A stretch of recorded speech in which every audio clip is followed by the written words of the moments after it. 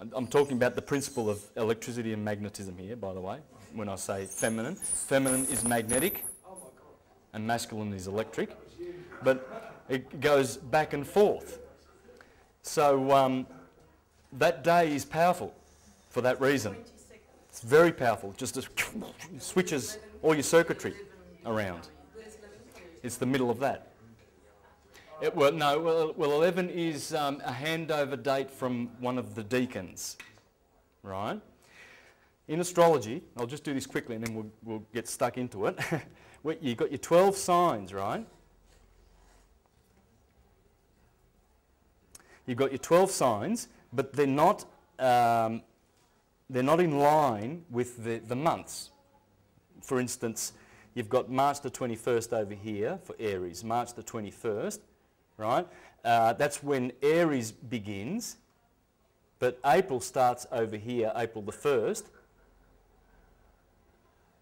The 1st, so that's the first decan, the first 10 days of Aries. Then from the 1st of April to the 10th, you've got the second decan of Aries. Then from the 10th to the 20th, you have the third decan. That is a handover date of the energy. The single-digit numbers, this decan, the middle decan, is the one that is uncontaminated from the energy of the cusp, the neighbouring sign. Right? They're the pure ones, 1 to 10. They are the pure ones. I've got a brother who's the 8th of November. He's pure Scorpion, pure Scorpio. You can just see it. And we look so alike, we look like twins. Now, how can that be? Because I'm Aries. Because of Mars, the ruler of both of them. And now in my same family, I've got 2 Librans, and they have the Venetian features. They've got Venus. My sister and my brother, they look like they're twins, and me and my Scorpion brother look like twins. If you look in your family and you look at your brothers, what sign they are, you will see that they have the trait of that sign. I'll explain that, because it's very important. But these are the pure ones. And the 11th is the handover into the next decan, which has contamination from the neighbouring sign. Yeah. And the closer they get to the 20th, the more contaminated, more cusp they are. And believe you me, it's very strong numbers if you're born on 19th, 20th, 21st or 22nd. Very powerful. All right, let's go. Yes, I do.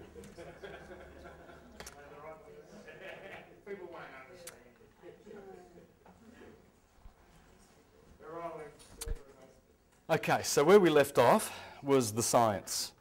We understood a little bit better the solar system, didn't we? The day, the year, and the great year.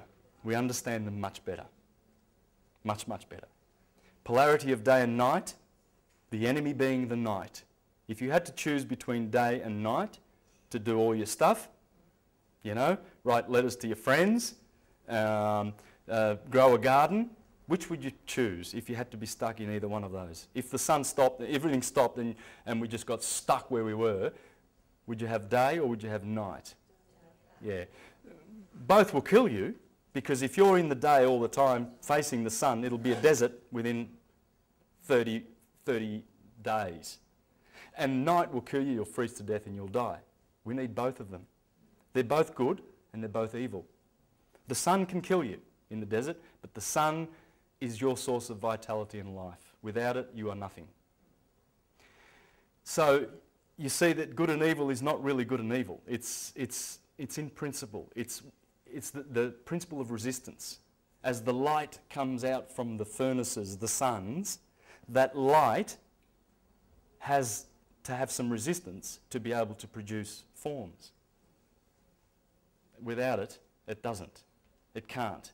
And everything in the universe is electric and magnetic. Everything. Electricity contracts and magnetism, and electricity contracts and gravitates, and magnetism radiates. And that's it. And take it from the genius Walter Russell, because that is what he teaches. He teaches in this book that there is nothing that God, there's no tool outside of electricity that God uses to make everything that exists. This guy was a genius. He was not as known as his contemporaries as Einstein and all of those guys. He lived around their time. He's sculpted presidents of the United States and he's painted their portraits and he's been their advisors and he's been there, in there, and he's recognised. And that's what he says. And he explains that in this book. I believe if you want to understand physics, please try and read this or check him out on YouTube. There's a few good videos about his simple theory of electricity and magnetism. And there's also a website called Thunderbolts. Thunderbolts. Either info or com or net. But anyway, Thunderbolts are the people who are, they're not your typical herd consensus scientists, and they're teaching exactly these things in harmony with Velikovsky and all the other geniuses, that all there is out there is electricity, and its effect, magnetism, male and female. Okay? Now, so we understood that. So we like the day because we can see things and we don't bump into things. So the sun, as Plato said, is the cause of our the cause of our knowledge and wisdom. Because without it we can't see the things that give us the objects and the nature. The nature shows itself in her nakedness when the sun comes up and we can see it. We can see how flowers are and birds and all the symbiotic relationships and cycles that are out there. Beautiful forms, flowers and flora and fauna. And so it's a teacher. Now, and it's the teacher of the sense of the sight. It's the ruler of the eyes. The ruler of the ears is Saturn. That's why you have earrings, because Saturn has rings. And Saturn is the god of law. And so you're instructed to put those earrings on your ears and to listen to the law of Saturn, because Saturn is the king of the whole system. He takes 30 years to go around the sun, then Jupiter's 12 years, then Mars is about 2, then you place the sun in the middle here with 365 days. And this is the Ptolemaic order, by the way: Saturn, Jupiter, Mars, Sun, Venus, Mercury, Moon. Venus takes 225 days, Mercury's 88 days, and the Moon is, we'd give it a number of 28 days. So Saturn rules. You put those earrings on and listen to the law of Saturn. It's the best law, and that's why they use the Latin language in court, because it's the language of Saturn. And if you read the Aeneid of Virgil, the famous words where he says, "You Latin people, we know, we Latins, that we are the children of Saturn." Saturn is Latin. And that's why law is in Latin. And those earrings are on the ear. And I'll show you how later how the sun rules the eyes, and his twin brother, the evil Satan, rules the ears. Through one you see and through one you hear. Because they are the two senses that you will always want to keep. If you were asked which senses would you like to, if you had to lose 4, which one would you keep? What would you say? Sight. Yeah? Second? Hearing. Actually, that's sort of at the front. In that, with your ears, you can actually see around corners. Yes. Or into other rooms. Yes. Well, this is the point. What we see is only a very, very, very thin slither of the spectrum. Yeah, between you being... Hearing is the same, but you can actually see with your ears. Correct. And you can hear also with your sight. You can flip them over. So, but you're beginning to understand the two religions that are out there, philosophy fighting against theology. The 5 senses. These senses are fighting for our attention. The sun gives us that thin slither, but then there's all that ultraviolet and all that ultraviolet and infra meaning below, and hello, does that not harmonise with our chakras? See, ultraviolet, gamma rays, very fast and very slow, fearful waves down here, your radio. Isn't it? Radio and microwaves and all those yeah? And then the high ones, what have you got up here? You've got ultraviolet. Can anyone help me? Gamma rays. X-rays are there, right? So this sun is the lucent one. His true name is Lucifer, because he deceives you with the eyes, and believe me, it's a deception what you see. It's all a deception. It's maya. It's an illusion. It's real. Yes. It's real because our minds tell us it's real. And we have this light and darkness, up and down, black and white, good and evil. And it's all a theatre. Because it's in our mind. It's not in God's mind. There's no evil. So you begin to see, when you're dealing with the lower mind and the chakras below, then they want to keep you down there. They want to keep you down there. Power, sex, and survival. They don't want to get you into the heart chakra. Their doctrines will keep you down. You will not ascend, you will not be saved if you go to church. And the reason they do that is because they're using, it's a trick.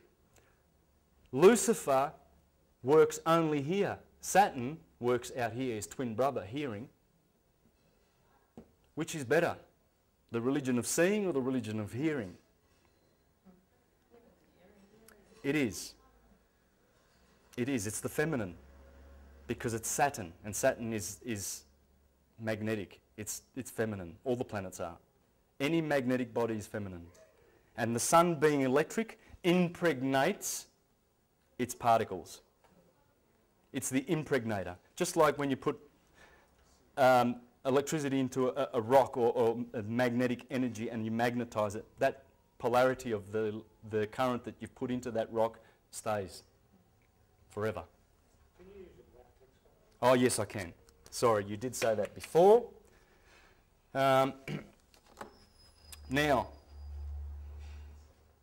and these are the two churches. This is, and that's the soul, the Christians, Christ. By the way, the sun is lucent, Lucifer. It's Lucy in the sky with diamonds, the stars. It's Lucy. That's Lucy. But this is the deceiver. Lucifer is a deceiver. And Saturn, the god of hearing, will teach you about the sixth sense and the intuition. It's the feminine, right brain. And they've been at war forever. Cain and Abel, Horus and Set. And you're going to see how that works. It's beautiful how this works. Absolutely beautiful. Now, the only other thing I want to do, I'm sorry, I've been stuck on the science here, and it's sort of more boring because the next part's the best stuff, really. But I just want to do this before I go on, because I know I've just introduced to a lot of you about the Platonic solids. So I know that I'm going to have to do a little bit more work here before we go into it, all right? This is physics. It's not hocus pocus. This is physics. When you talk about fire, earth, well, what's your sign? Are you a fire sign? And people listening in get horrified because don't talk about this devilish stuff, astrology. This is disgusting. Don't contaminate me. It's science. It's pure science. Fire, air, earth and water correspond. I mean, I'd rather work with this than that, because this, I've put them, my niece was supposed to have a big A1 of these for me. And she failed. She rang this morning, she said, office works are closed, sorry. But she was supposed to have a big one because I knew I'd have this problem. But let me use this. There it is again. Ether. Below ether is fire, or suns. All the suns and the stars that you see. And from those stars come forth everything in the material world, using either gas, liquid or solid forms. Because that's the only thing that atoms do. Atoms are God. That's what God is. God is atum, atoms. He's not over there, you know. He's not detached and apart from the nature. Outside of it, he's not. It's all of it. That's really not correct to have male there. It should be, it's hermaphrodite. Yeah, it has to be neutral. It's neutral. But you see it so often in Plutarch and Plotinus and all the Neoplatonic philosophers of the 2nd century that refer to it as he. It's this problem that we have from the Greek language that has 3 genders and stuff like that. But they don't teach that it is male or female, how we see it. It's the principle of electricity and magnetism. This is the 2 male and female polarities of everything in existence. Everything. Yeah, it's not sexual. No. And yet again it is, really. Like, It's a whole, as Walter Russell says, that beautiful everything that goes on that is electromagnetic is God having sex. It's sex. Now,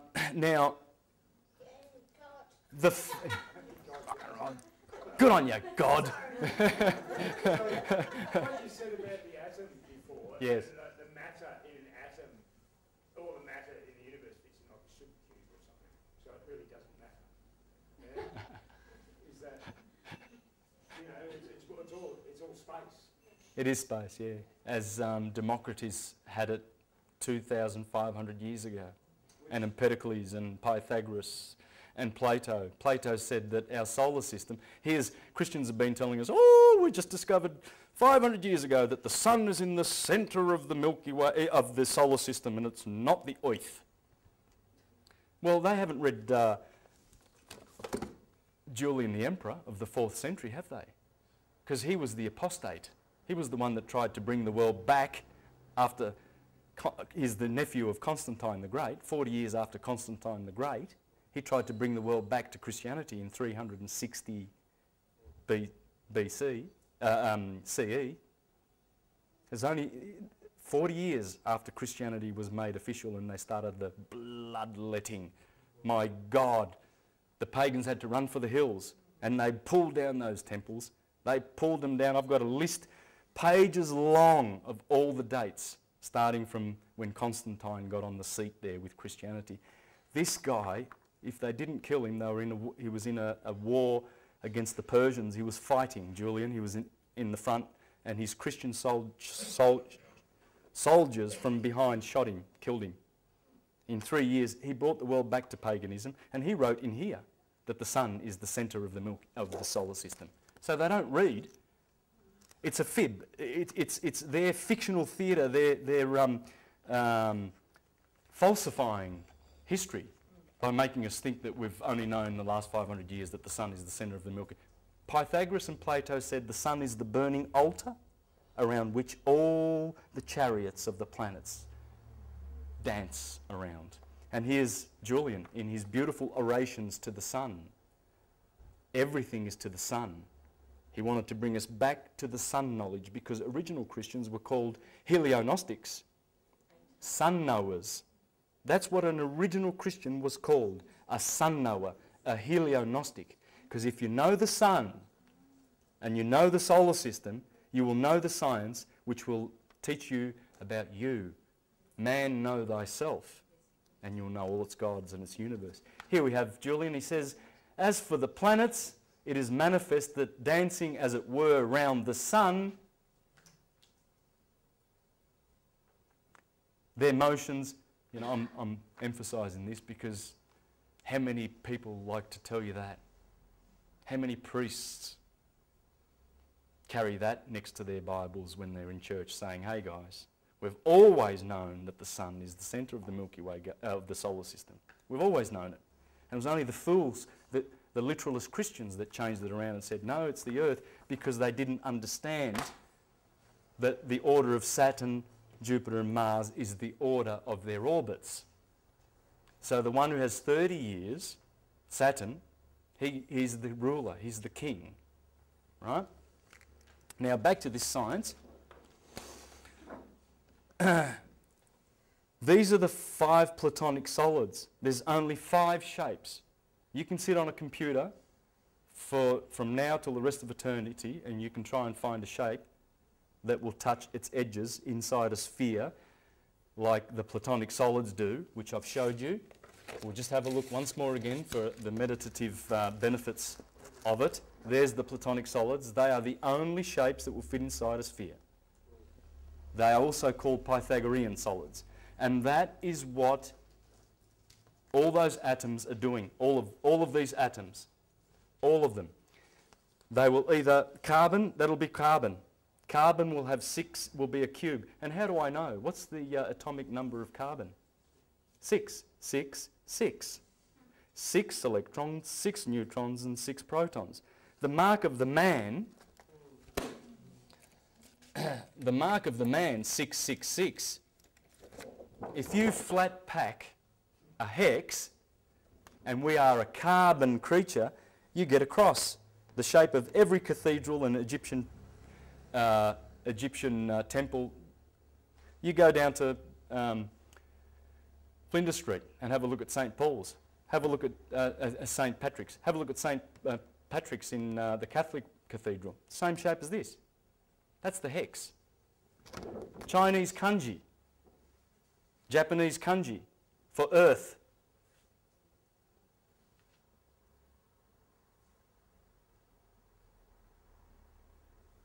Have you seen it?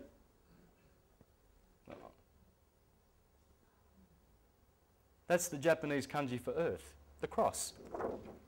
Carbon, 666. That's a hex, flat packed. Hex, solid, carbon. It's all science. So as those photons emanate from fire and then become particles and atoms and molecules, molecule, atom, particle, photon, that's how everything works. That's how the world of effects appears. Those beautiful photons dripping down and becoming more gross as they go down, just like a distillery.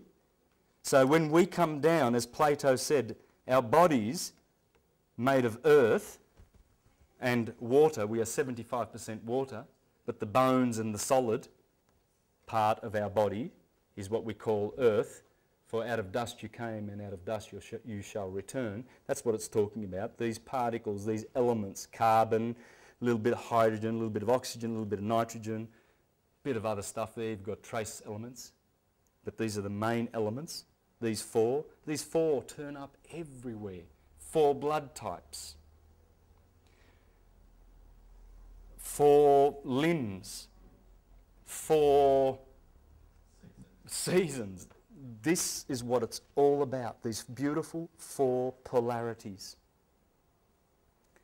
So you see the tetrahedron has 4 sides and it's light, it's the photon. The octahedron, spirit, has 8 sides, it's the particle.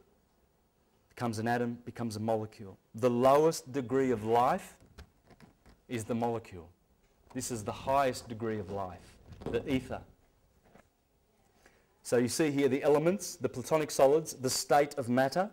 That's the states, the 4 states of matter. And the physics, the chemistry, that's our body.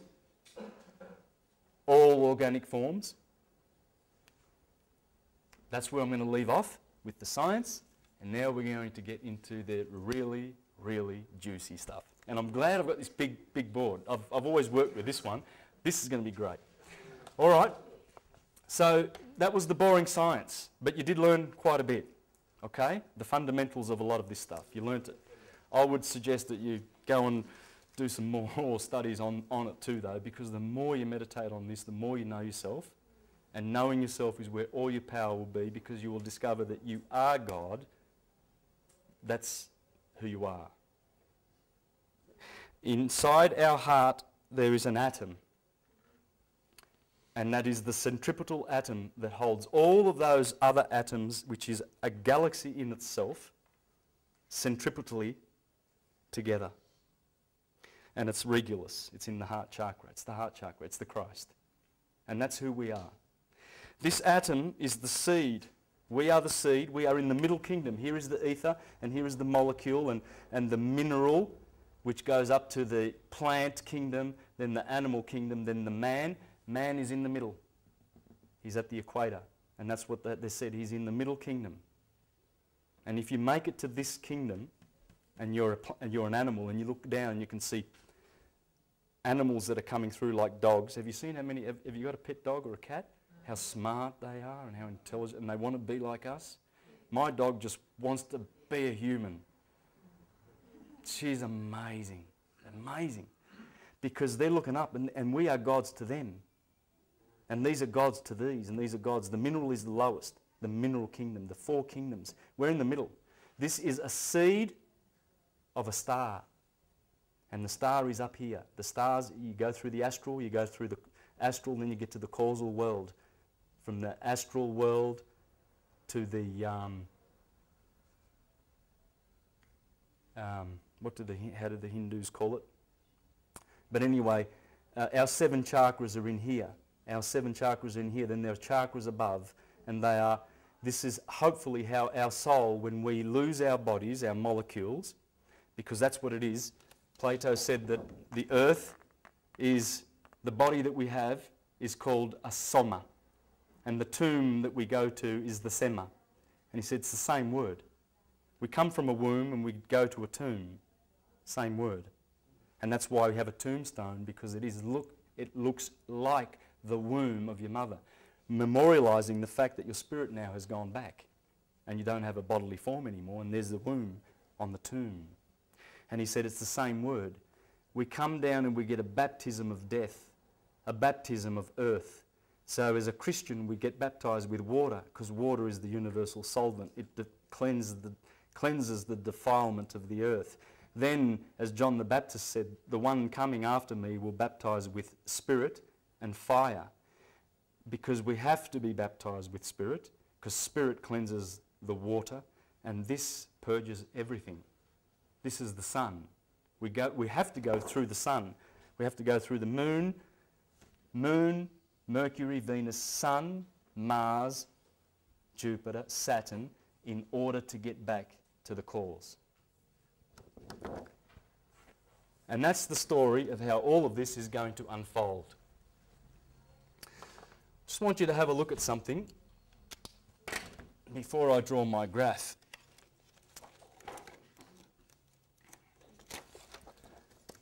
Here is an ancient map.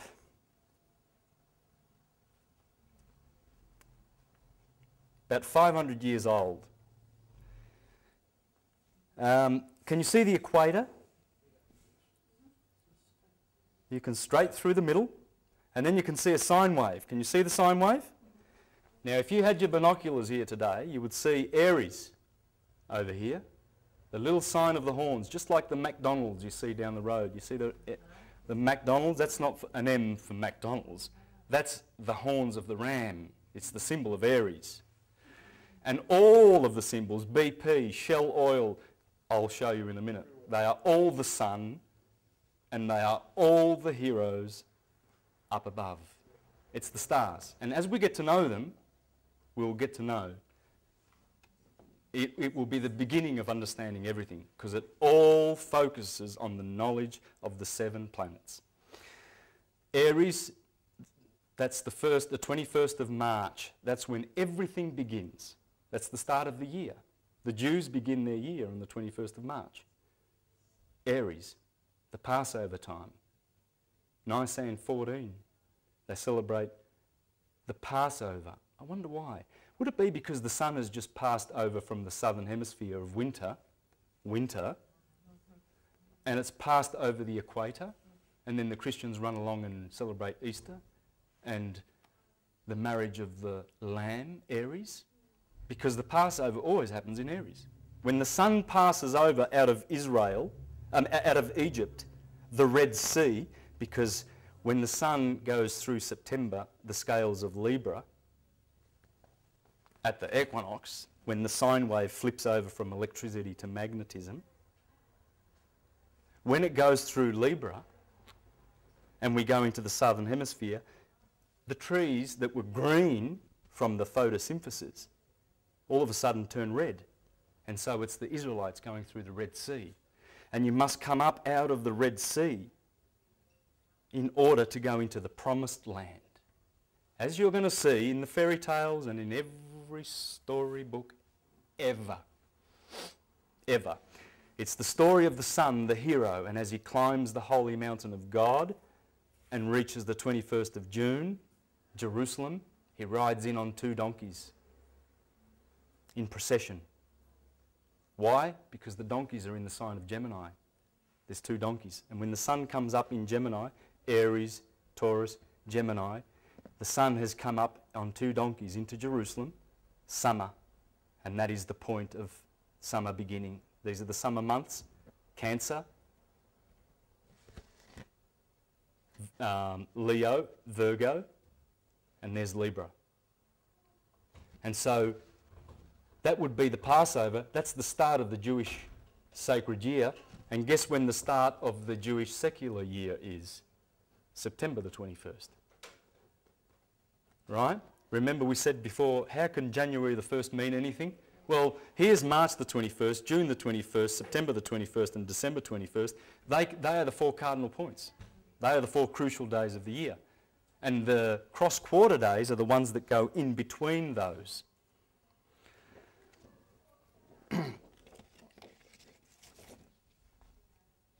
There it is there. 12 sections. That's the sky. And that's the path of the zodiac. And guess what? Rather than Aries being over here, they've got Pisces. Aries is over here. Does anyone know why that would have happened? Yes, because 2,000 years of processional slippage. We've been in Pisces for 2,000 years. That means on the what simply it means, on the 21st of March every year, look behind the sun, what's the constellation there? And that's the sign we're in for 2,000 years.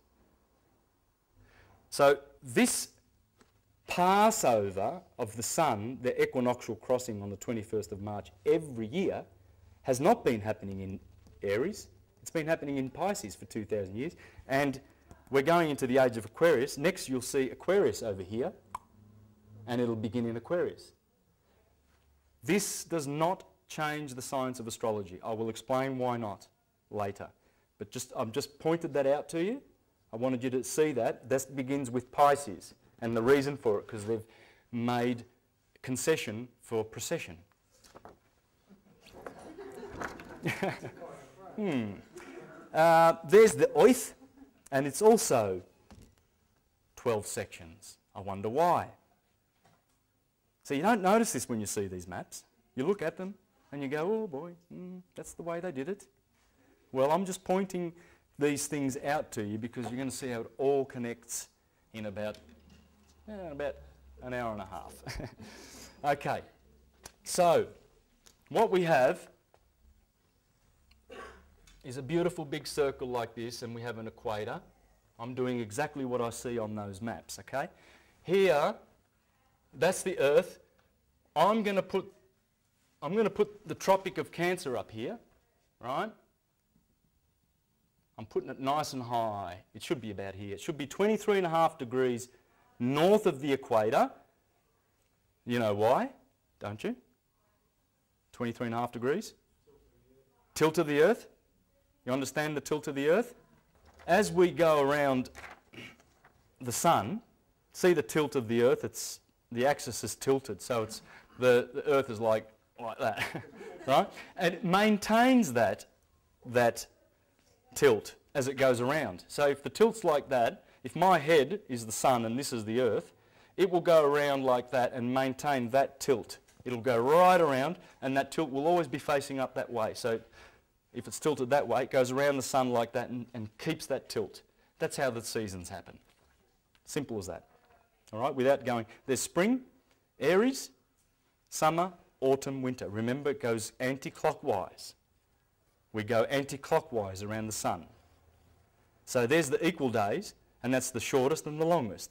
Obviously, this is January the 1st, around, or December, around December time, see? Okay? Now, what's this tropic? Capricorn. Good. It is, it is.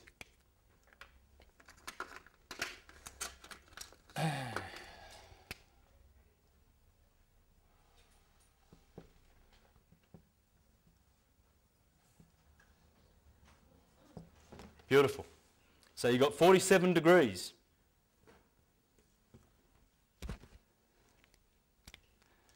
Now that sine wave. Let's follow the sine wave. This is the sine wave that happens from March the 21st to March the 21st is the sine wave. This is a fractal of the same sine wave that goes up and down to the neutrino, up to the galaxies and down to the neutrino, the smallest thing we know that exists, much smaller than the particles of an atom, that does this. All of it does this. Electric, magnetic, positive, negative, male, female, good, evil. That's why they get this thing that the female is evil. It's not evil. It's just the opposite of this. But this one gets the designation of evil because of its association with winter and the night. The feminine energy has that association. It's magnetic. That's all it is. It must be there, just like the male energy must be there. They both are there. In this world, sub-ether, the world of effects. Not here. Sorry? And evil and light are just opposites? Well, exactly. Up here, you get to live. The opposite of live is evil. That's the devil. And the good is the God. Okay? That's the story of Jesus' kingdom and Satan's kingdom. Satan rules down here, Saturn, in Capricorn and Aquarius. He's the ruler of both of those. Jesus is the ruler of, the sun is the ruler of Leo, because Leo is there. Now watch this. This is the amazing story that comes out of this. This is the story of all the myths, every single one of them.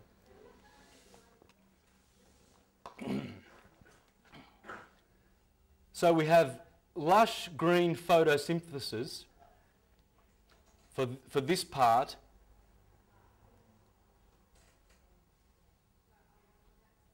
For this part, the summer part, there's spring, there's summer. Good. Oh, they're great. You can eat, you can grow things, because longer days, shorter nights, longer nights, shorter days. This guy is the bad equinox because he introduces you down and sends you down into hell. That's hell, that's heaven. Summer is heaven, winter is hell. How do I know that? Well, because you need to know your Latin. Winter, in Latin, is inverno. Hell, just take away that V and replace it for a sound that is very, very similar. Inferno. Okay, hell is cold. That's hell. That's Tartarus. That's the pit. That's where Osiris rules. That's where Satan rules. Good planets rule up here. The sun and the moon. Cancer. The moon. Jesus and Mary Magdalene. Ruling in the kingdom of heaven. Abraham and Sarah in the promised land. This is the promised land flowing with milk and honey. The Milky Way runs between Taurus and Gemini. That's the milk. In Cancer, there's an asterism called the beehive. That's the honey. So when the sun is in these months from March to September, it is in the promised land, in the land of honey. So when they see Aries coming up in the east, they go, thank God, because the Passover is happening in the sign of the Lamb.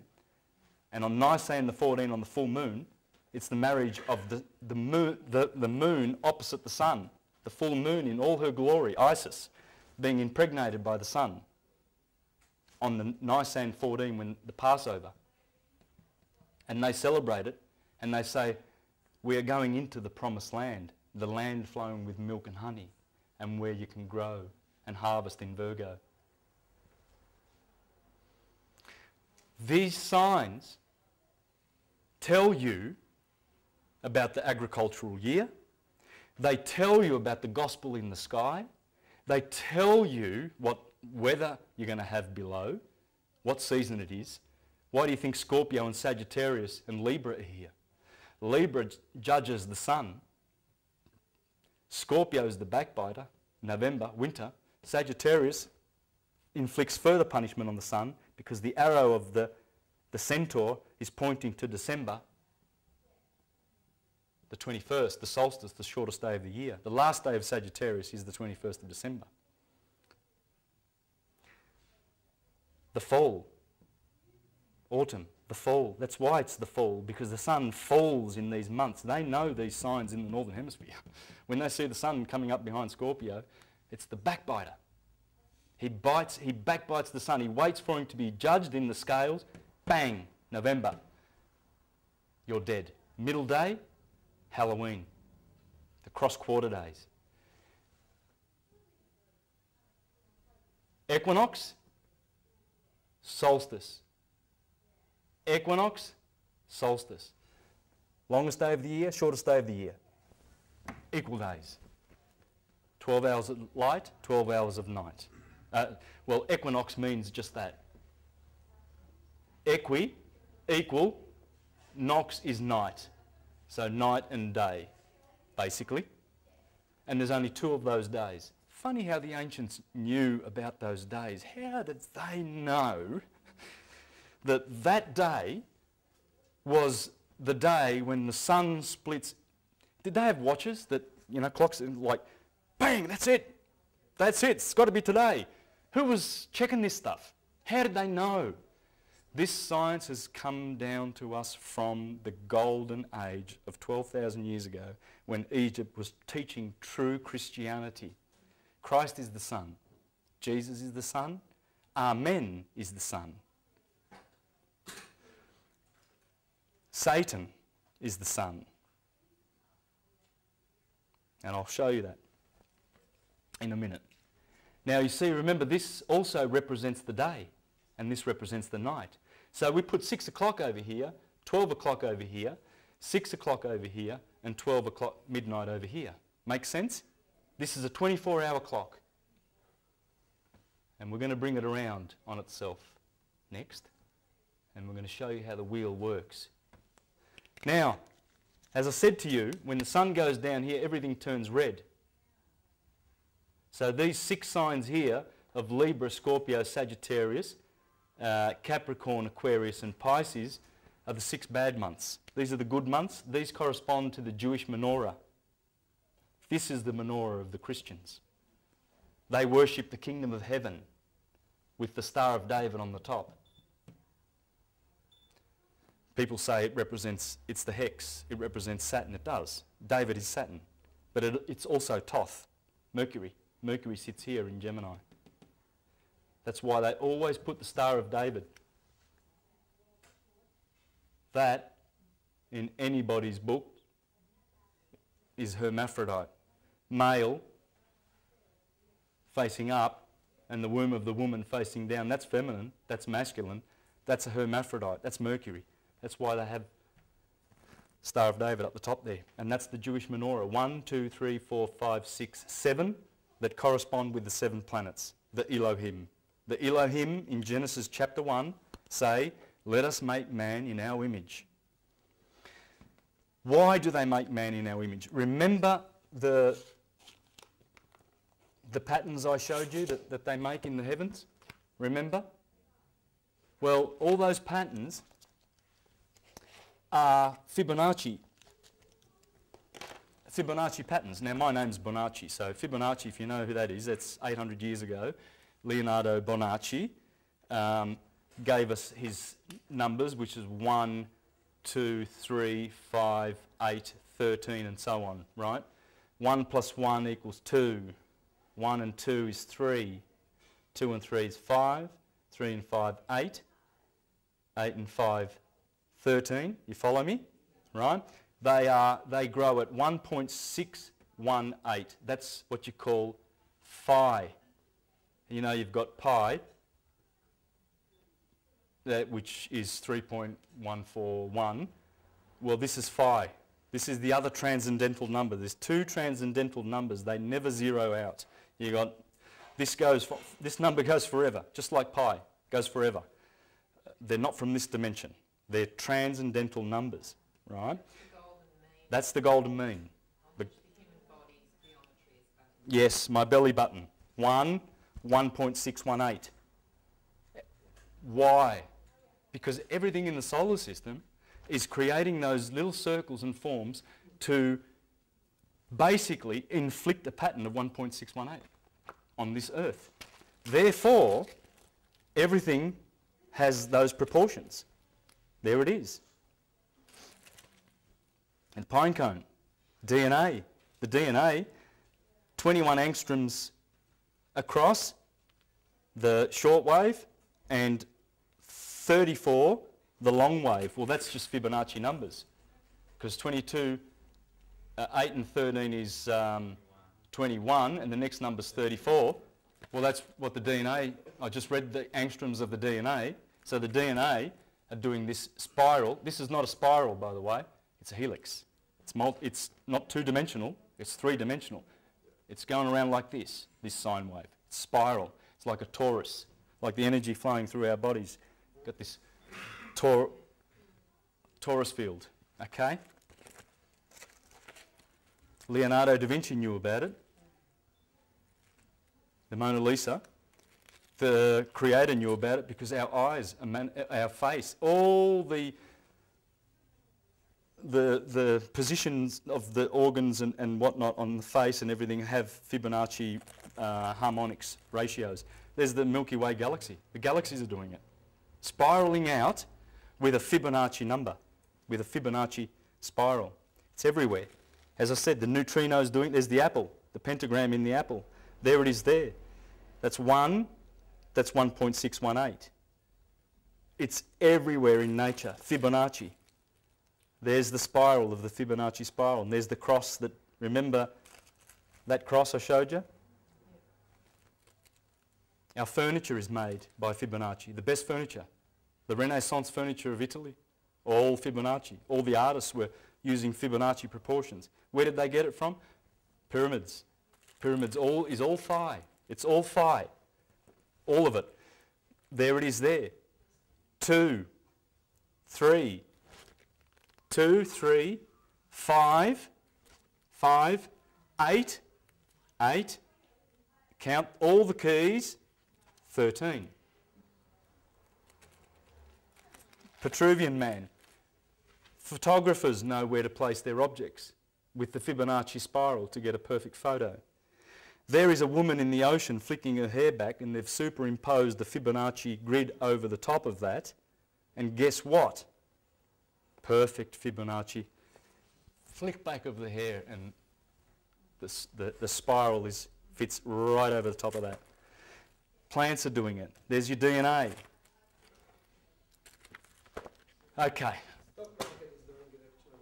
Stock market, yes. You're going to see some interesting stuff about the stock market here, man. Why they crash the stock market always here when Libra hands over to Scorpio. The 19th of October, 2 stock market crashes happened here, and one happened 4 days later on the 25th of October. The 3 stock market crashes of history, the biggest ones, 29, 2007 and 87. Right there. Right? Osama bin Laden dead day. May the 1st. May the 1st is when the Illuminati was founded. It's when Hitler was announced to have been killed. Osama bin Laden now on that particular day. We had the royal wedding. We had the beatification of Pope John Paul. And people don't realise that. Why would you beatify the Pope within, is it 3 years he died? That's impossible. It's got to be centuries. Usually the Catholic Church takes hundreds of years to beatify, which is, I think beatification is the next step to sainthood.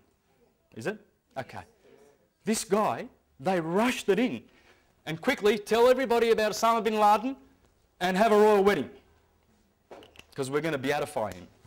There's a lot of stuff going on. Now, I haven't begun with that because I'm going to do that later. But see this spiral? This is when the naughty stuff happens. This is when the good stuff happens. This is summer. This is winter. This is day. This is night.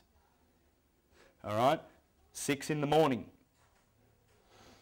Now, when you know these two wheels, that this represents the day and this represents the year, okay? When you understand that, you only need one more thing and you are a complete astrologer. 8 minutes. Because, as I said, that is a fractal of everything. When you superimpose the man here, notice the head of the man in Aries. There's Aries. Taurus is pointing to here. Gemini is pointing to the arms. When you put the man there, and the man in the sky is Adam. Adam Kadmon in Jewish Kabbalah. Adam Kadmon is this man here, Aries, the arms, the chest, the heart, the belly. Virgo is the belly. That's why you got any Virgos here. You probably noticed they have a nice little pot belly. My father's a Virgo and he's got his pot belly. He's always had this belly. And we'd always laugh at him. Well, it turns out, he's a Virgo. You're a muscly Virgo. But no, that's it. Arians have got prominent heads, hence my buffhead. but they do. Taurians have got thick necks. I've picked Taurians by their neck. In fact, once I couldn't, I didn't guess this Taurian, and he said, I'm the one with the thick neck. And I said, oh, okay, that's Taurus. Now, how did he know to say that? He doesn't know this. He didn't know this, I know that. But he said, we have the thick necks. You see how things are getting around? Expressions? I'm a Sagittarius and I've got fun with those, so. Yes. Have a look at your Sagittarian friends. They've got the males, they've got these big thighs. Have a look at Geminis, their long arms, or the way they move their arms. It's amazing. Their arms are like air. Have a look at the Leos that get around like, and the Cancerians, because they're summer. It's hot. No, this is how it works. Arians are the babies of the zodiac. Why are they the babies? Well, the sun is a baby here. He's a little boy.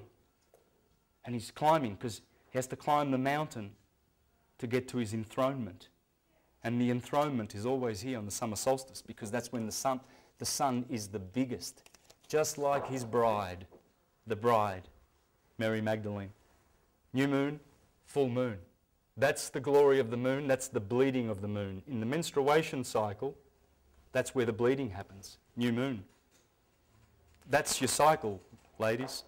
It takes 14 days for the egg to mature. And if it's fertilised at this point, you'll have a son or child. 270 days later. Otherwise, 14 days later, it'll bleed. That's the new moon. You can't see it because it's in between you and the sun, so you can't see the new moon. But you can see that one because that is always opposite the sun, the full moon, always. When the sun is setting in the west, then you'll see the full moon coming up in the east. They have to be. So the sun's enthronement is here, Ra. Horus, Ra, Set. Wow, interesting. The war of Horus and Set. Cain and Abel, Jacob and Esau, all the twins in the Bible. Jesus and Satan. Satan rules Capricorn. Satan kills Jesus because Jesus This is cardinal fire. This is fixed fire where the sun lives. The sun rules Leo. And this is mutable fire, Sagittarius. So the fire cycle, of which there is none in this quadrant here, is killed by Saturn. He is the killer on the 21st of December, which is Saint Tammuz Day, and Tammuz is Osiris, and Osiris is Saturn, the brother of Jesus, the son, who kills him. See how it works? It's amazing. It's scary to think that they've literalized this story. It's pure poetry of the heavens. So, you see we have March the 21st here, we have June the 21st, Prince William's birthday, December the 21st and September the 21st.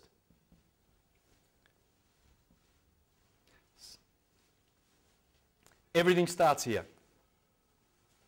Everything. Remember, it's the head.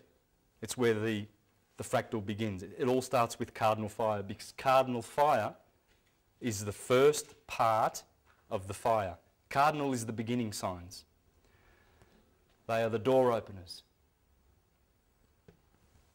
Cardo in Latin means hinge. When the sun passes those days, it crosses over those days, or passes over. That's why there are 4 crucifixions in the Bible: Matthew, Mark, Luke and John. Because they are crossifixions. Crossovers. The sun is crossing over. It's being crucified on the cross of matter. What's that the symbol of? The earth. The symbol of the earth? Oh, okay. Do you think they knew something?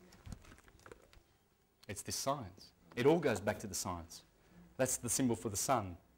Okay? Target. Just you watch how many symbols of those Illuminati corporations have to do with the sun. I'll show you, that's going to scare you. It's scary. It really is scary what they're doing subliminally.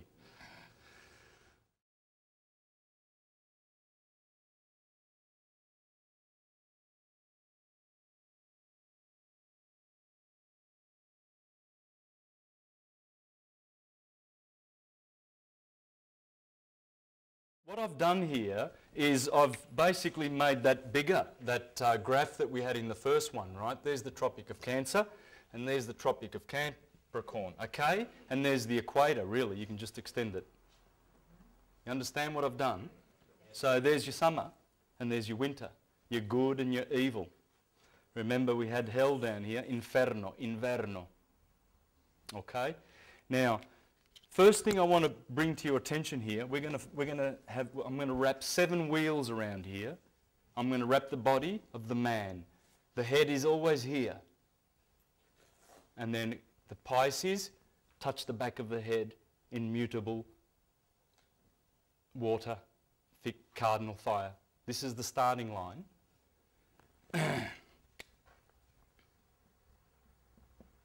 And I'll show you why. Now, interesting, fire in the head,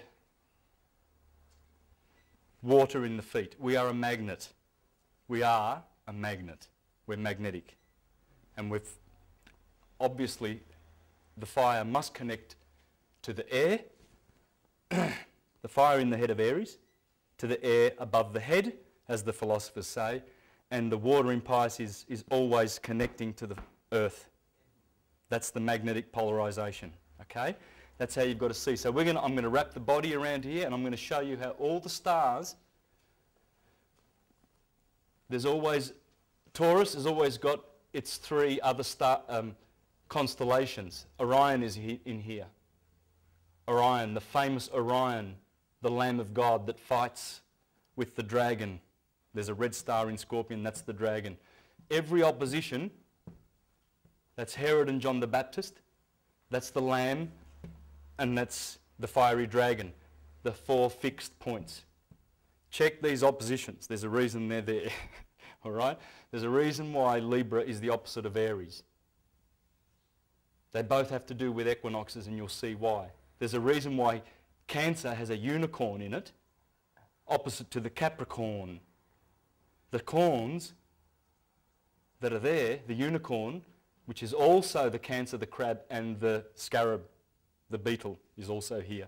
Just like here we have the eagle and the serpent and the scorpion, here we have 3 animals also in these 2 signs. One of them is the unicorn opposite the Capricorn, because these are the corns, the solstices, right? Now, Orion is here. What you're going to notice as we go through the body is all those stars correspond with the stars in your body. So it's all the same thing.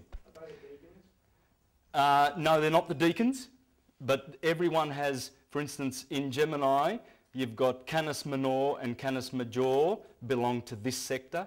Here in Aries, I think you've got Perseus is in here. Perseus is one of the stars, but there's the 36 outer constellations, right, along with the constellations of the zodiac. There was 36 of them, so you need to know those ones too. You don't need to know them, but as you learn, you realise Orion is in there. It's important to know that Orion is in, and you'll see why later, okay? But I'm going to wrap the body around here. In a minute, we're going to do the agricultural year, and we're going to see if those signs, we're going to pay attention and see if any of those signs happen to correspond with the planets, with the seasons below. I wonder why the bull is there in April. Let's see if we can work this out.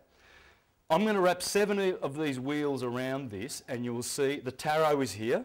The tarot is the 12 cards. There's 22 cards in the tarot, and the 10 bodies, including the Earth, Uranus and Neptune. This is what the tarot is based on, guys. Kabbalah is in here. The Hindu system is in here. The Mayan system is in here. Everything is in here, right? The tarot, which comes from the Torah, which means the wheel. This is the Torah. This is everything. It's Aphrodite's belt. It's King Arthur in the Round Table. There's 12 knights. That'd be Lancelot. Or the guy with the spear. Sagittarius would be Lancelot. This is the Mazzaroth of the Bible. This is Jesus going through the circuit of Galilee, because when you look in your Strong's Concordance and you check Galilee, it tells you it's the circuit of the Mazzaroth, the circuit of the zodiac. So it's telling you. It's there. They can't hide it, and it's getting exposed more and more by the day. Anyway, the tarot, those 12, 1, 2, 3, 4, 5 with the moon, 6, 7, 8, 9, 10, make 22 cards. That's what the tarot is based on. Everything is based on the heroes of our solar system. Everything. And the 12 helpers. Let's have a look at how that happens. Right, what I've got is, I've got the astronomer to Caesar, the astronomer to Napoleon Bonaparte, Volney, 200 years ago. And this is the agricultural year, how they saw it, and they've always seen it like this. Aries, the wool of the lamb is the springtime, the blossom of the trees. Taurus is the bull that tells you to take your bull out and put a plough behind it and plough now and plant now in the fixed earth. Because the Son, Jesus, is going to turn water into wine. This is the wine season. Ask any Greek or Italian. September. Wine season, Virgo's the bread. The bread and the wine, the symbols of Christianity. The bread and the fish, which is the 2,000 years which we have come from. This is the last 2,000 years of history. We are now entering the age of Aquarius. We are right here at the threshold of the age of Aquarius. Before that, here's Rome, ancient Rome. Before that was the age of Aries. Mars rules Aries. Jupiter's been ruling Pisces. Jupiter has been ruling over mutable water, and we've been getting baptised in water for 2,000 years, because this is the baptism that we are having. The race has been baptised in water for 2,000 years. Jupiterian, Piscean, mutable water. We are going into spirit next. We're jumping up from water to spirit in Aquarius. Okay? Now keep that in mind later because that's another one of the wheels that I'm going to do. Gemini, the twins. Twin sheep, twin goats. Look around, it's spring. It's reproduction. This is the symbol of reproduction. These symbols symbolise the springtime. The golden age, silver, bronze, iron. Cancer, the backward moving, the sideways moving animal. Right? When the sun reaches June the 21st, that solstice, that golden day, the longest day of the year. When it reaches, it is enthroned in its kingdom. It's Ra. Remember the moon, new moon, and she climbs. And she comes to quarter. The sun, we celebrate the Passover of the Lamb here. The Israelites who have come out of the Red Sea, because this is red, remember? Everything is red here. And if you remember our little friend here, and you remember that the head of the man is over there in Aries, and you go down like this with the chakra system, you'll find that Scorpio, the red, you see that orange, that's Scorpio here, or thereabouts, probably there. It starts turning orange here and red. There's a reason for it. Up there is as below. Our Father in heavens, hallowed be thy name, thy kingdom come. Thy will be done here on earth as it is in heaven. What does that mean? Well, it means as above, so below. And it is. We are walking, our 12 tribes of Israel, Aries, all the way down to Pisces. And by the way, that's the Jewish tribe, because that's the lion, Leo, of the tribe of Judah. That's Leo. Now, as we are walking through this world, we are the 12 tribes of Israel. And we are walking through the Red Sea, which is our blood. And scientists know that in a laboratory, there is no difference between our blood and seawater, chemically. That's a fact. Well, that's the Red Sea and the 12 Israelites. They are in your body, the 12 tribes of Israel, and they are in this room. I'm an Aryan. I'm of one of the tribes. I am cardinal fire. That's how my character is. The Son has given me those attributes because I was born here on the 24th of March, just after the Passover. And so I get cardinal fire. I get a male, this is male, this is female, this is male. I get an electric polarity, which means all you people who have these signs, male signs of fire and air, fire and air, fire and air, all those signs are male. If any of you females there are in those signs, you are electrically polarised. You're not magnetically polarised, which means you'll be less receptive to other people's ideas. Whereas the magnetic people, like your Cancers and your Scorpios, they easily absorb other people's ideas because they're magnetic and their polarisation is to receive. So knowing that, how easy it would be if we knew that about our children at kindergarten, we would know, we'll put all the electrics over there and all the magnetics over there and teach them differently. But they don't want to do that, do they? They just want to tell them how to learn how to buy stuff and get a job.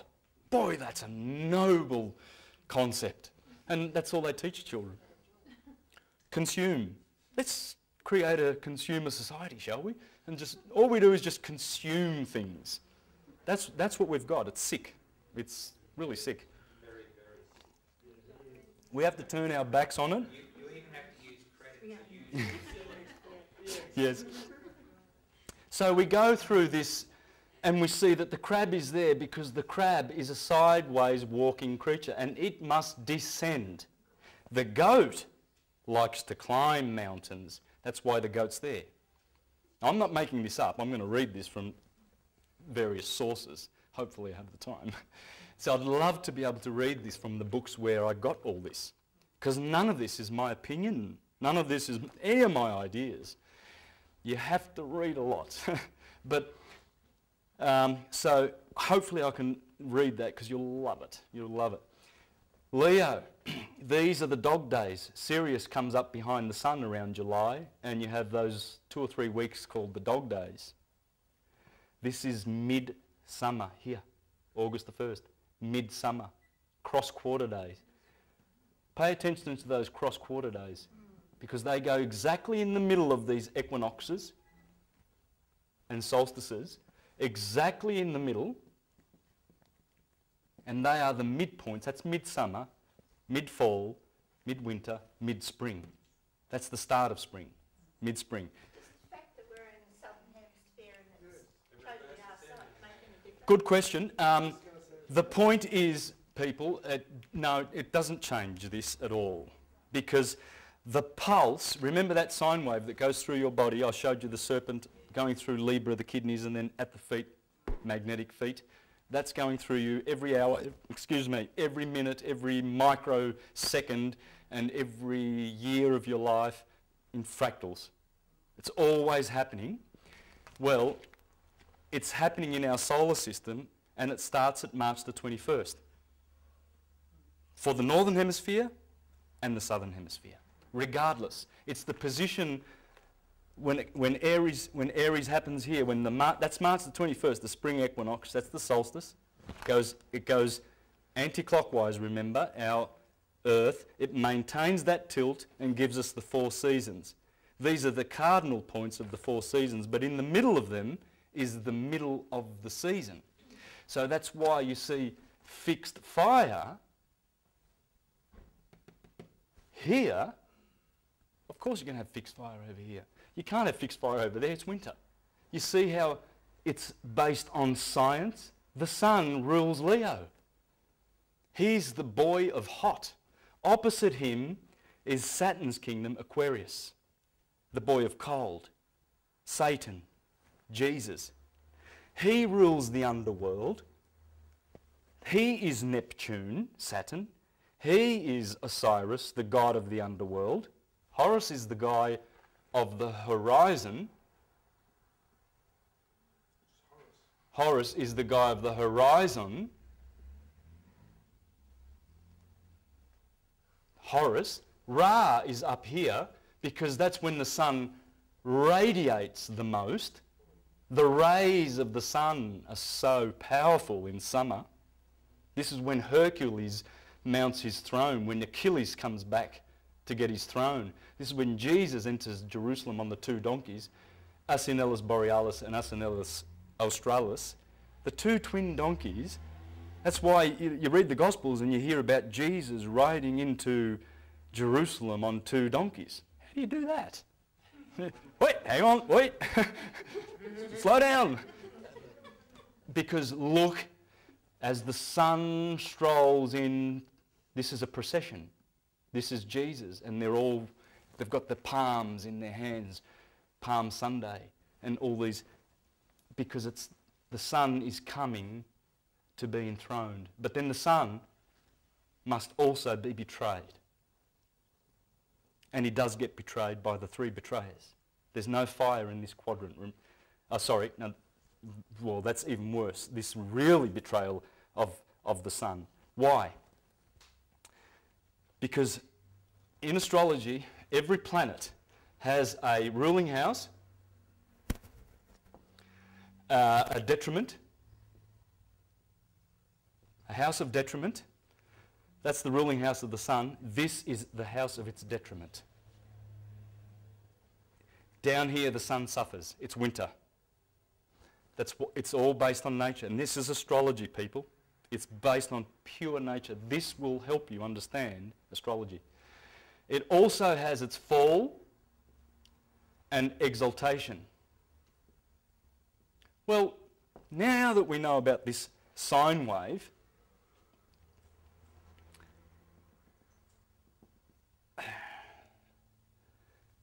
now that we know this sine wave and we know what the sine wave is, the sine wave is basically, it's everywhere. It's in the yin and yang symbol. It's in the figure 8. It's in the letter S. It's the swastika. It's the cross. It's all the religious symbols. All of them. Would it also be eternity? Yes. 8, the number of eternity, because there's no, where do you start? Where do you start, right? It comes from this. And when you understand this, and you realise that the sine wave is doing this, you will understand why the planets have all these things. If the sun rules here and its detriment is here, where would the sun's exaltation and fall be?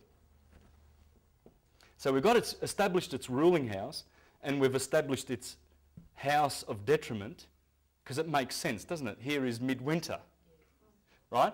Where would it exalt? Does anyone know from their studying astrology? Just from your studying astrology, which is the sign of the exaltation of the sun?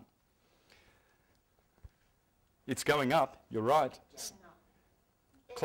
Aries, thank you. This is the exaltation. This is the fall of the sun, Libra.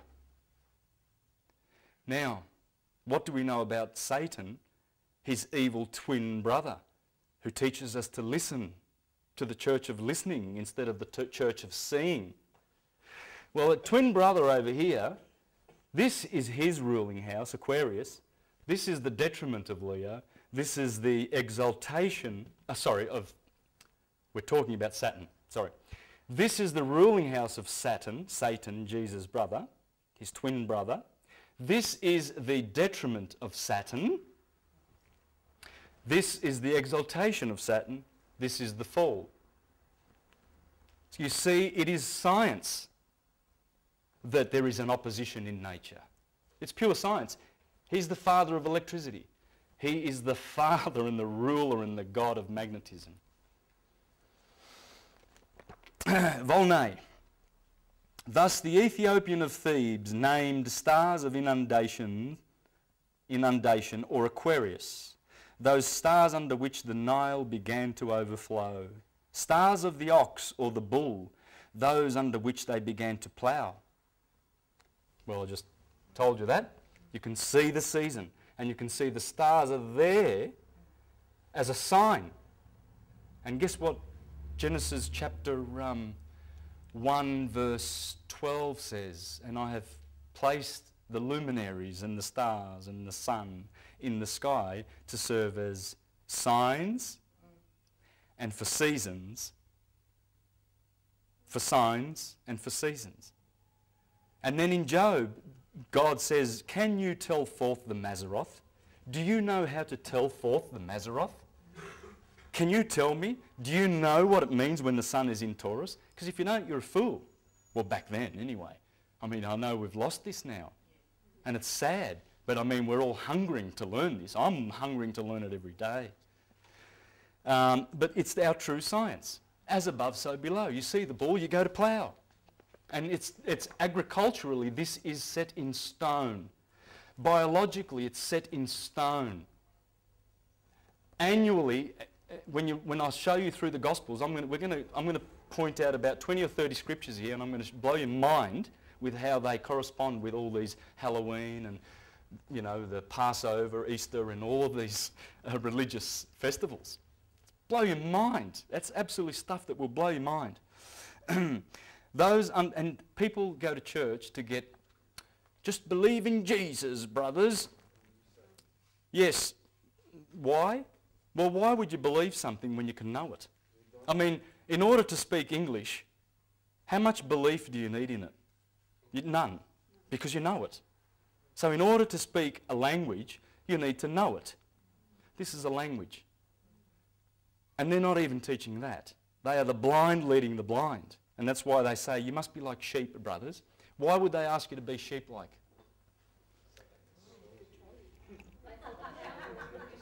Well, you ask a Christian and it says, because sheep are humble and they follow the shepherd.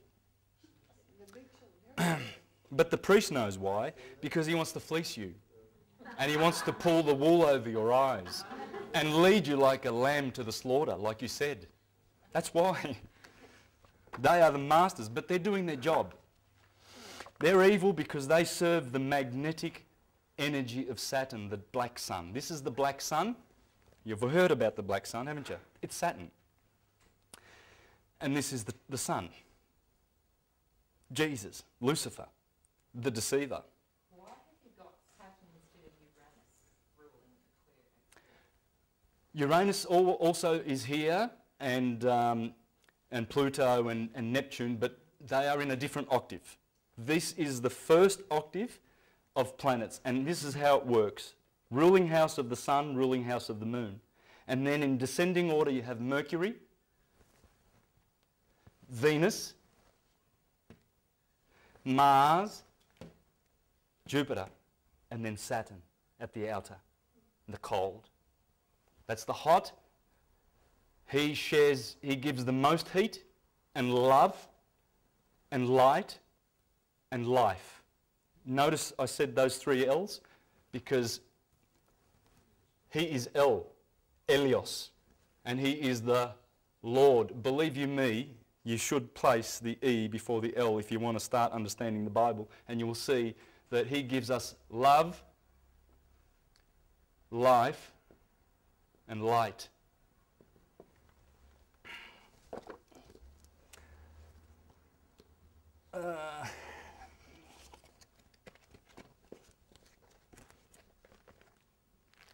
That's who it is. The feathered serpent. There it is on the Jehovah's Witness Assembly Hall in New Jersey. The Egyptian sun disk. El, the sun. Elios. They're telling you the name. Look at the Christians. Ooh, living hope, Jesus. And what do they put there? Jesus. That's Jesus. It's a creature. The sun is a creature. And he is our blessed Saviour. Because when we enter into its consciousness, which is heart chakra and above consciousness, we're saved. You don't believe in the fiction anymore. There's no priest that can say, how about coming to my church and I'll teach you about God. They're deceivers. And they won't teach you about the truth. They put it in your face. That is yes. Yes. Our positive Saviour, the Son. Because you must come to the Son to be saved. You cannot get to the Father unless you are saved by the Son, because it's that baptism in the pineal gland of fire, and hence the fire above the head of the Christians at Pentecost, cross quarter day. This is when Pentecost happens, when in Acts, in the book of Acts, they get a baptism of fire and they're speaking in tongues. That's the baptism of your pineal gland just gone. It's just exploded and you're in the Christ consciousness and saved. That's what salvation is. Now, back to our little friend Volney.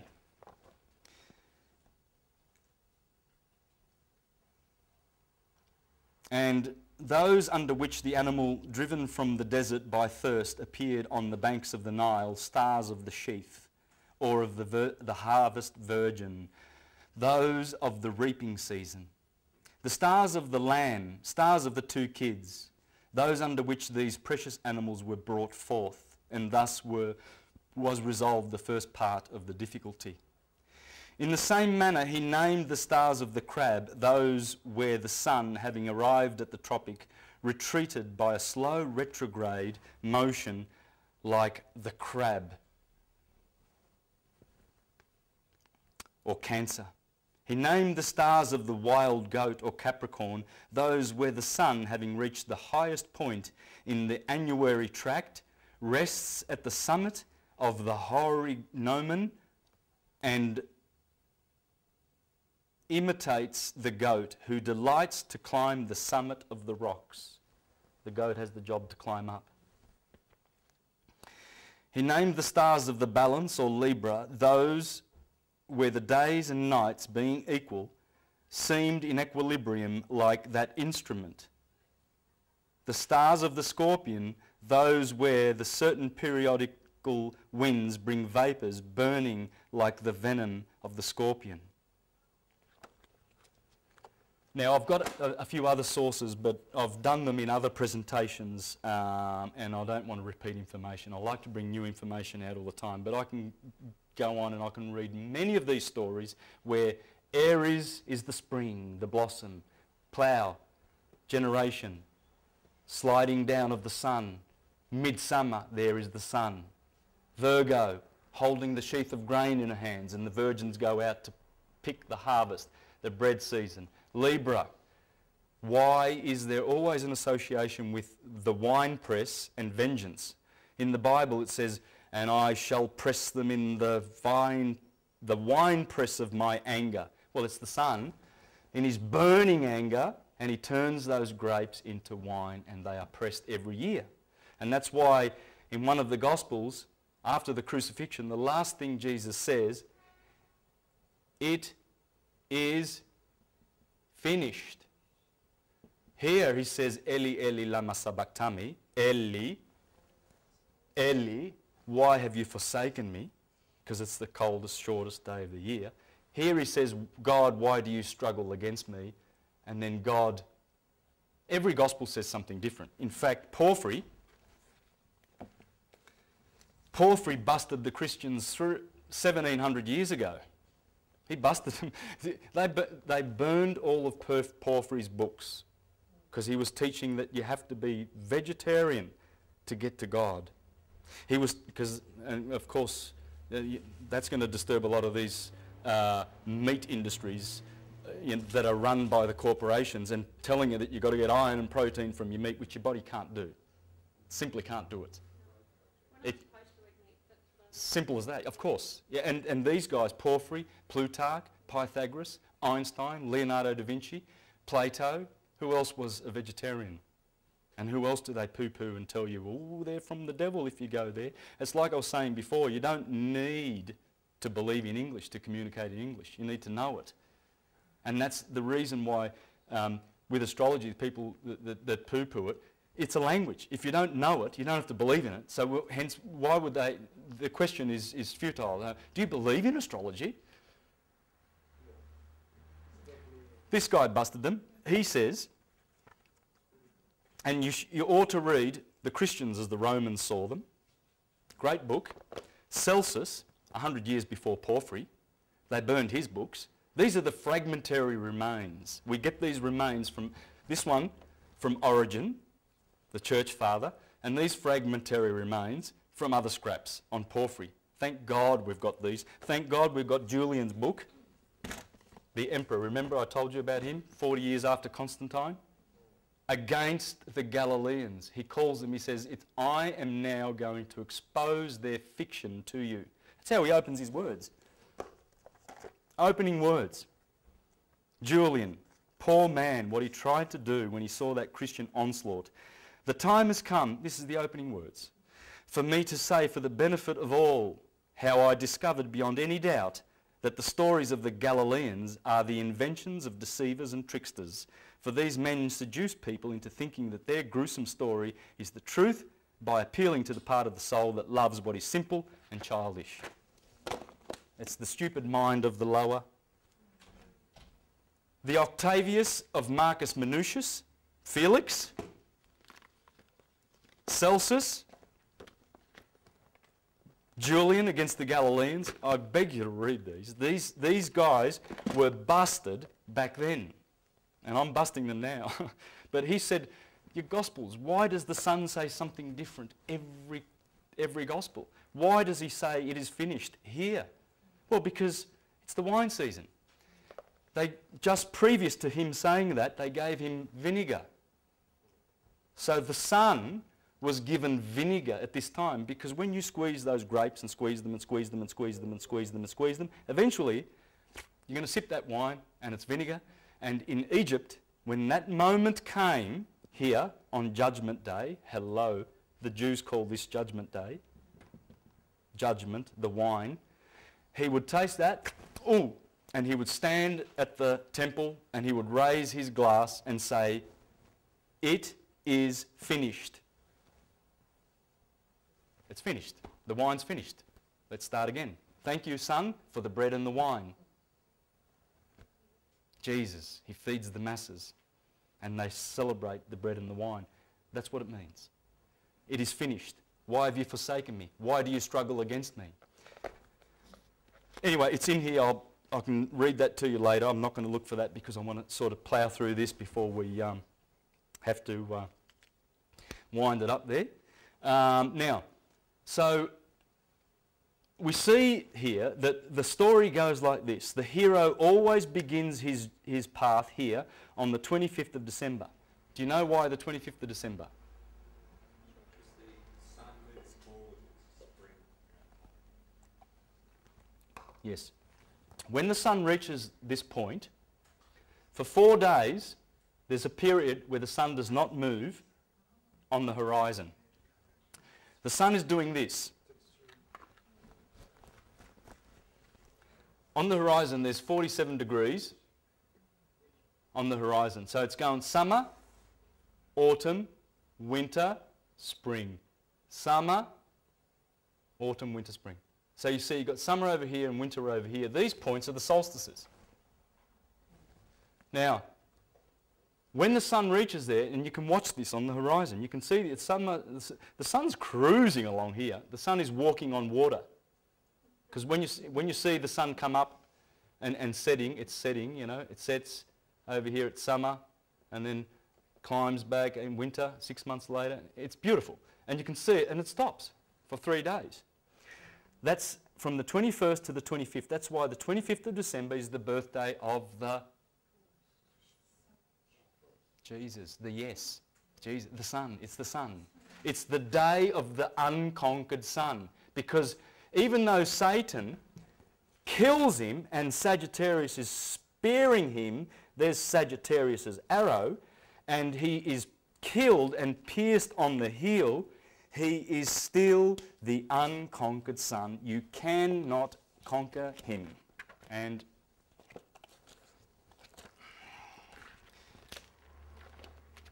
there is the hero dying with there's Hercules. He has the spear, the dagger in his Achilles' heel. There he is there. See the arrow? The hero, the sun, always dies in the heel. Hell, inferno. That's the heel. Hell and the heel. And all the L words. Israel, elder in the congregation. Chapel, cathedral, evangel,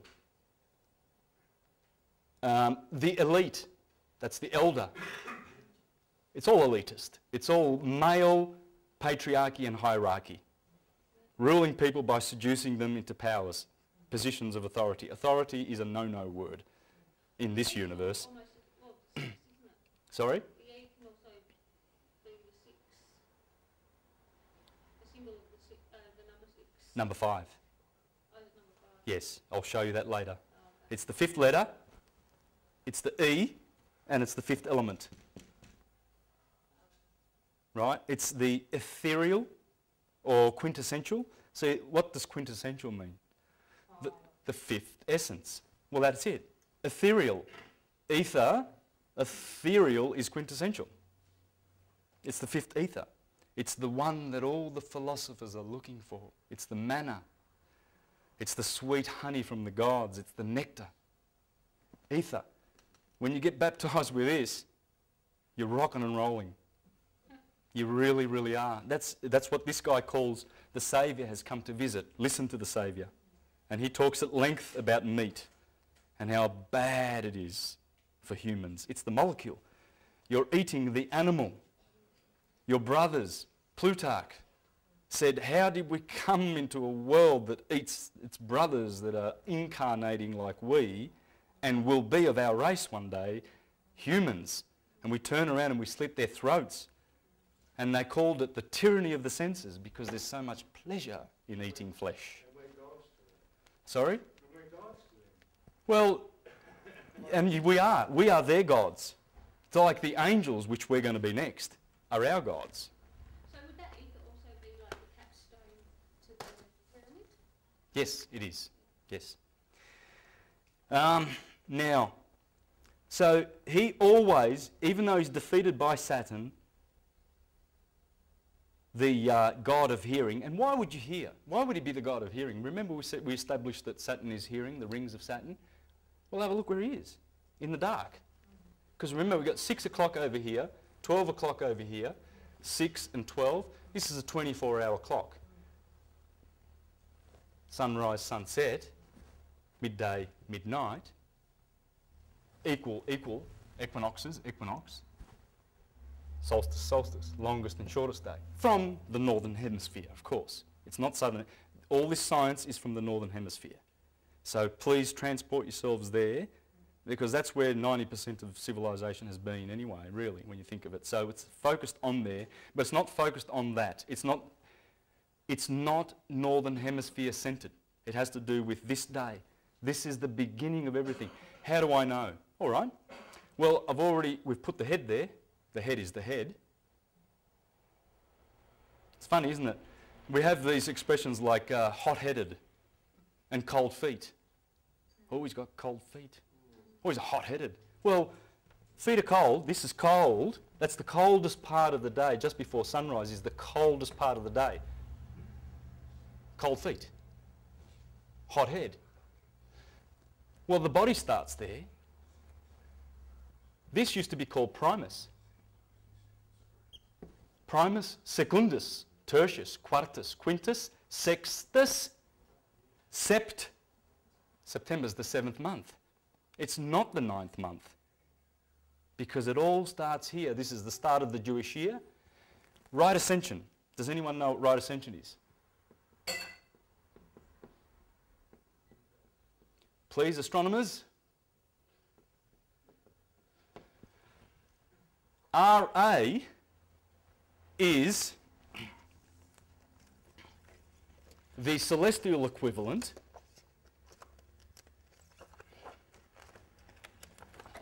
of longitude. See these lines? Where do we get our longitude from? Where does it start?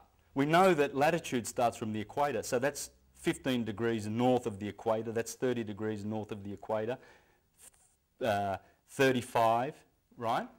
It's easier to tell because you've got an equator. It's right there, splitting. But which line splits north-south? Greenwich. That is Greenwich in the sky at 0 degrees Aries. It used to be the pyramid. It used to be Paris. It's only recent that it's gone to Greenwich, but it doesn't matter. As long as we agree to where it is and we've established it, it's there. Right ascension is here. Interesting. So when you say, oh, have a look with your telescope, 30 degrees right ascension, you're looking there. Right? They don't use degrees, they use hours and minutes anyway, but it doesn't matter. So you've got right ascension takes care of the longitude, and declination takes care of the latitude. And it starts there. Over here begins the month April.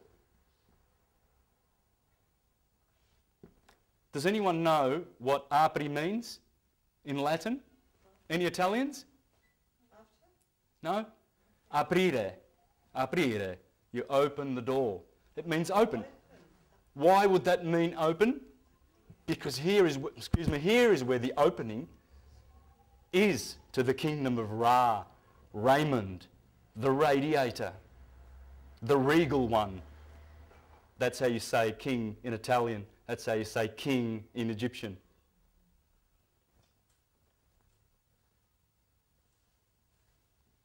Roma, Ra and Om.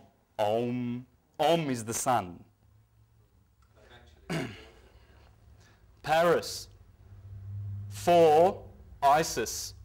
What do you see in the heart of Paris on the little island, the cathedral to Notre Dame, to Our Lady? London. El On Don. That's 3 names for the sun. Just like Israel, Isis, Ra, and Elohim. Abraham, Sarah, who come from Brahma and Saraswati. I mean, aren't people thinking, hang on a minute, we've got Brahma and Sarah Swati, and you just go Abraham and Sarah. It's all there. It's all the one religion that was handed down to us in a very, very difficult and very highly veiled system, so that these pearls shall not be thrown to swine, because that's what they were doing. It's not to keep people stupid, but it's to keep, it was originally done to keep people honest. If you're a fool and you want to come into the mystery school and learn all these wonderful secrets and abuse the power, because you can get a lot of power from this. When you know which is your ruling sign, I know that mine is the sun, because my ascendant is Leo. And if your ascendant ruled the chart? You see? How many people who know astrology don't know that? We should know that. Yes, it's the ascendant. That's why it's so important to know when you were born, the minute and the second. And they've stopped us doing that in the hospitals. It's just, get that baby out, slap him, inject him with some immunisations, and quickly, we need a birth certificate signed. We need to inform quickly, get him in the system, come on, hurry up. And they get a spot fee of $2,000 for doing that. Did you know that? Yes. Because they want you in the system straight away. They don't want you to know this information. You've got to know the time you were born, the time of your birth.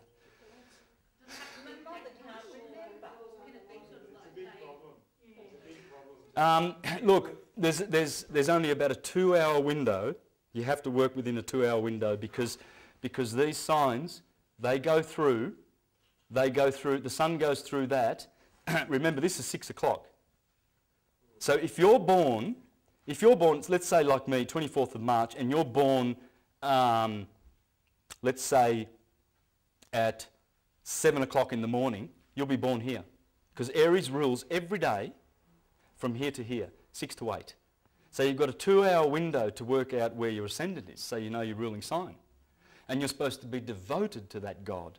These are the gods that you're supposed to be devoted to, because once you devote yourself to these gods who are yours, mine is the sun, and my numerology is 1, so it's the sun. Has to be. When you know and you devote yourself to these gods and this science, the holy science, and you become like the true Christians, the Helionostics, the knowers of the sun, then you will say goodbye to them one day, because you will be of a higher order than these. Because that's where we came from. We come from a way higher order than any of these pretenders. This is Jehovah, Yod-Heh-Vah-Heh, of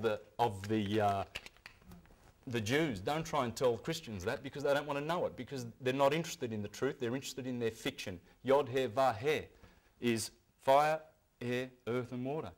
That's why they call him the creator. You have created all things, because it is the created. This is the effect of the cause. This is the created creator, the demiurge. And they are planetary bodies. That's all they are, just atoms. Because we are living in the great God. And they are the bones of the God. Those stars we see are the atoms of the God. And we are in the middle kingdom. The man is here. The mineral, the plant, the animal, the man is in the middle kingdom. And that star that I told you before, Regulus in the heart, the heart chakra, that is your Christ. That's why you always see Christ with his heart exposed. What's he doing with his heart on his chest? It's telling you that that's where the Christ is, in the heart. And we are the seed of stars. I'm looking at a seed of a star. That's a star. That's a star. You are a star. You are a star. You are a star. And I mean a star. You will be like Michael, our archangel. That's Michael. That's Gabriel. That's Gabriel. That's Raphael.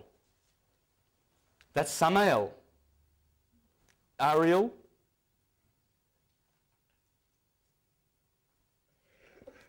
And, well, that's Michael.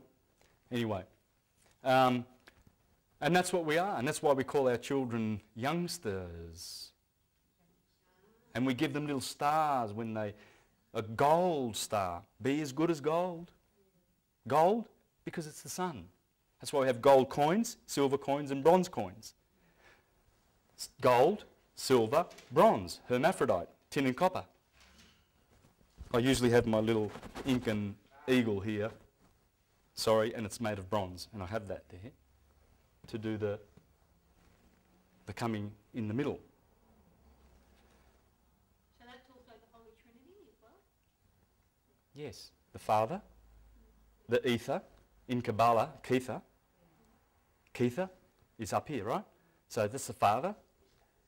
And then you point to the heart, the Sun, that's the fire. And then you do the shoulders, that's Gemini. The air, Spirit. Now, see, it's all there. I'm just pointing it to you. You already know all of this.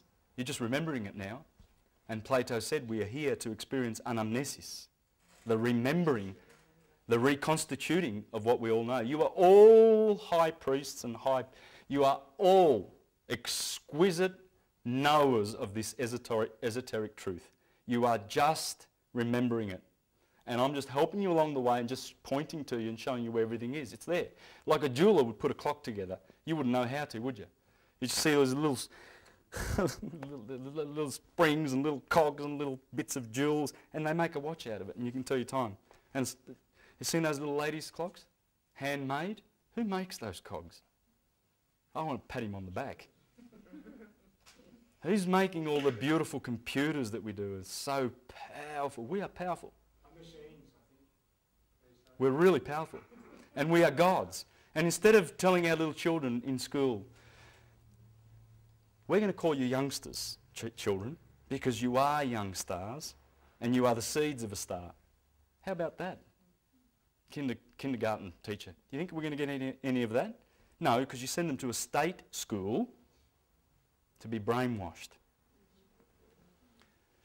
And this is the knowledge they're running from. They're running from this. Try and tell a priest about all this, about Yod He Vah He. This wasn't, the Catholic Church did not sort of, this was not used since well before the Catholic Church. It's still currently used today. Can I get a water, please, if you don't mind? Sorry. Yeah, I'm really getting dry. I've finished all my water. Can I just go back?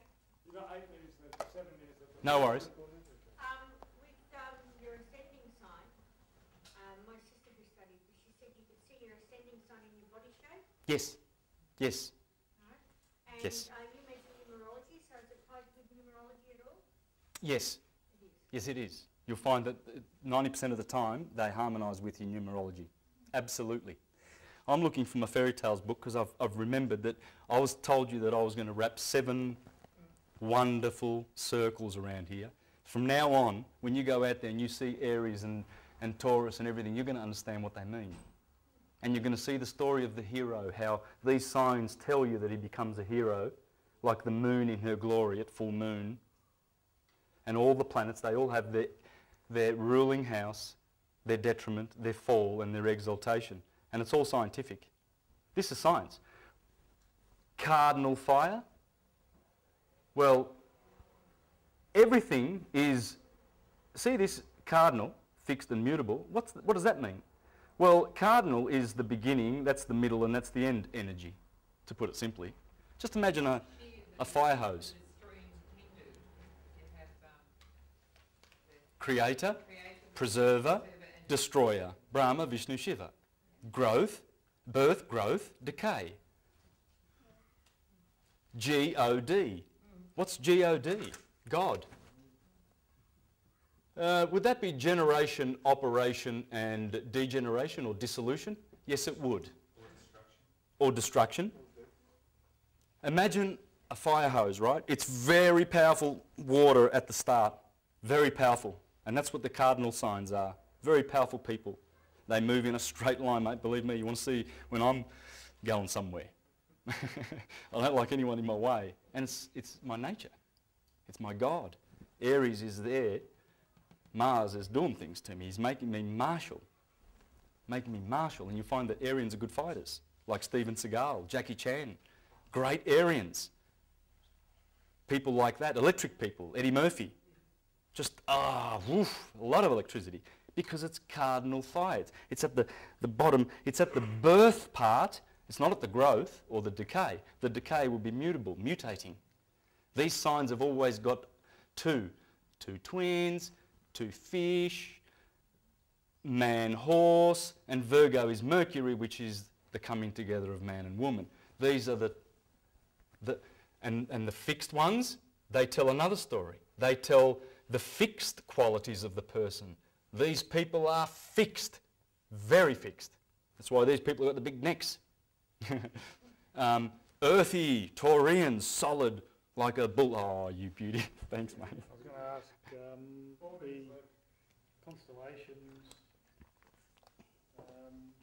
we go through the ages the other way. Yes, in procession. Why is Aquarius related to the cold Saturn? Golden age. Yeah, good point, but that's a bit difficult, but it has to do with the spiral, right? Every 24,000 years, we don't go around and go back to the same point in evolution. We've gone up the spiral, right? And precession goes backward, but the day and the sine wave goes forward because we are going clockwise around Sirius. That's why. If we get a pole shift in next year, which is quite possible going to happen as we go through the galactic plane, because that's what happens, you do, is a reversal of polarity, right? If that happens, then this science has to be readjusted, recalibrated. And it has been recalibrated. This is the science of now and of the last, say, 30 or 40,000 years. And it was given to us by we ourselves. When we were gods, then we fell to demigods, then we fell to heroes, and then we fell to the human consciousness. And we are about to be downloaded with a massive load of consciousness soon. Are you finding that you're starting to work things out more and see things and see the massive gap between you and the consumer out there? That guy that's going to the footy and Collingwood's going to beat Carlton, you know, and he's at the pub and you see them, you walk past the pub and you see them, they're all drinking and they're sitting out smoking outside there and they're all eating and drinking and not taking any note until the flood came and swept them all away. That's what it's talking about. So Christians are right when they read the holy science and the prophecies and the eschatology that is in there. There's eschatology in the Bible, the science of the end. And we're living in the end time, the time of the harvest. Virgo. See, Pisces. It's been the age of Pisces for 2,000 years, but look opposite. It's also been Virgo. Now we are going to Aquarius, and guess who? The heart chakra. We're going from there to there, courtesy of the Son, Christ Jesus. This is the Christ chakra, and this is the baptism. And this is when Jesus says, I'll be knocking on your door. If you open the door, we shall have an evening meal. That's the Saviour that Sri Yukteswar is talking about in Holy Science. Treat him well when he visits, because he will teach you all things via the labyrinth, the holy science, the temple of David, the tabernacle of Moses in the wilderness. This is everything. King Arthur's round table. It's all the myths and all the fairy tales. Okay, so with cardinal, that's at the start of the hose. Then you can imagine that beautiful curve of the hose, that beautiful form. You can imagine that being fixed. And then mutable is all these drops. It fragments, disappears. And what about a little baby? Cardinal, a mature man standing up erect, fixed, and then a little old man on his three, mutable. Right? There's many ways you can look at it, but it's God. It's the start, the middle, and the end, and everything does it. So everything comes, and this is the Holy Trinity, by the way. This is the Trinity. It's the triplicity. Fire, fire, and fire, triplicity. Water, water, and water. I've colour-coded that, aren't I? Clever. See? Blue water, blue water, blue water. Woo. So good. And so they are the triplicity. And guess what? They all have their turn. Water has its turn to be cardinal, to be fixed, to be mutable. Right? Do you see that? And notice where fire dwells. Fire dwells here, cardinal fire, 6 a.m, sunrise. Hello? It has to be there. Because that's the sun coming up as a little boy, man, old man, dead. That's how they said it. Plutarch, all the philosophers. The up cycle, the down cycle. And then here you've got the doors to the kingdom of heaven and the door to the kingdom of hell. The two trees in the Garden of Eden. The tree of life, because the cycle is everlasting, and longer days, shorter nights. The tree to the knowledge of good and evil. Good and evil. once you eat from this tree, on the day you eat from it, you shall positively die. And then God had to make skins for Adam and Eve because they're going down into winter outside of the Garden of Eden. The land flowing with milk. Milky Way galaxy. Interesting. Between Scorpio and Sagittarius. Would they be pointing at something? Yes. If you find Scorpio the most magnificent constellation in the stars, bar none, it looks like a scorpion. It actually does look like a scorpion, like that. And its tail, and there's Sagittarius' arrow, that's the centre of the Milky Way galaxy, right there. November the 22nd, May the 22nd. We're coming to that in 7 days. The crossing. That's when, those are the most powerful days. That's when you kill JFK on the 22nd of November. If you want to kill the big rooster, as the French assassins who killed him said. Did you see the documentary? Where those French assassins came out and said, we did it. It's on YouTube. Check it out. Who killed JFK? When they got the letter, when they got the job, and they said, all right, they said to the CIA guy, well, of course, run by George Bush, killers, murderers, they killed John Lennon. When he said, he asked the question, who's the job? They said, le grand coq, the big rooster, the big boy, the biggest. That means JFK. Nice job. That's when you do it. Now, fairy tales. And you're going to see that there's days here that are designated for certain things. You want to start a war? You do it on the 20th. That's when they invaded Libya. On the eve of the equinox, before you go into Aries, Mars, to be marshal to fight your wars. That's when George Bush started his war in Iraq in 2003 on March the 20th, same day. And then they finished it conveniently on May Day. Osama bin Laden's dead, Hitler's dead. Let's start the Illuminati Day. 6 weeks.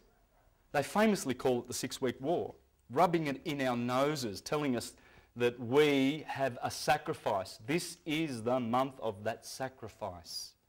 You fight people and kill people because they're killers. They are killers. You want to see the... it's all run by the Vatican and the Zionist Jews, if you want to know who's... It's the Mother Church and the Father Church. Church of Satan and the Church of Jesus, the Jewish Church and the Christian Church. That's what they are, and it's run by the Jews. You need to listen to Rabbi Finkelstein on the documentary, The Lying Jews, and you'll see how they're rubbing it in your face. The Goyim are so freaking stupid. They'll buy any of their poisons. Even the kids, when you go to Shell shop and you see all those chocolates for children with all that aspartame in there. And you look at Mummy, I want this chocolate. They demand it. And we give it to them. Oh yes, and the Jews, according to Finkelstein, and the Catholics, they're criminal cartels. That's what they are, doing business with us, and we are enjoying the sodomy. Because they've been sodomizing us for a long time. Fairy tales. Orpheus, Eurydice, Eros and Psyche, Jason and the Golden Fleece, the labours of Hercules, Sigurd and Brynhild, Arthur and the Knights of the Round Table. There too, in forms which can be traced with ease, we have the stories of the fairyland, the germs of the 1001 tales of the Arabian Nights, and the narratives of giants and dwarfs and enchanters, of men and maidens transformed by magic arts into beasts and birds, of riches hidden in the caves and bowels of the earth, and guarded by trolls and gnomes, of blessed lands where all is bright and sunny, and where there is neither work nor cave. Whatever indeed is strange or fanciful, or takes us straight from our grey, hard-working world into the sweet and peaceful country of once upon a time, can be found in these ancient Hindu books. So he traces them back to Hindu sources, the Aryan race. Has to be, because we are Aryans, and it has to do with this. We are now Pisceans, the ones incarnating now. We are the Piscean race. That's our base core race. Manly P. Hall teaches that. If you listen to his Astrotheology's audio files on the internet, you can download them. They are the best thing for learning everything I'm telling you here now. You can listen to it in your car and your iPod. Manly P. Hall, the greatest occultist of the 20th century. And he's got a lot of YouTube videos. Get into Manly P. Hall and get, man, the wisdom that oozes from Manly P. Hall.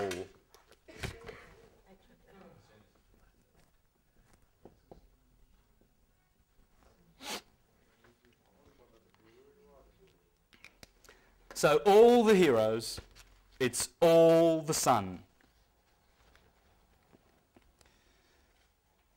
And they all mean the same things. That is, the relation between the sun and the earth, the succession of day and night, of winter and summer, of storm and calm, of cloud and tempest, and golden sunshine, and bright blue day, sky. And this is the source from which we get our fairy stories. For underneath all of them, there are the same fanciful meanings, only changed and altered in the way of putting them by the lapse of ages of time, by the circumstances of different countries, and by the fancy of those who kept the wonderful tales alive without knowing what they meant. Why do we tell our people about Cinderella?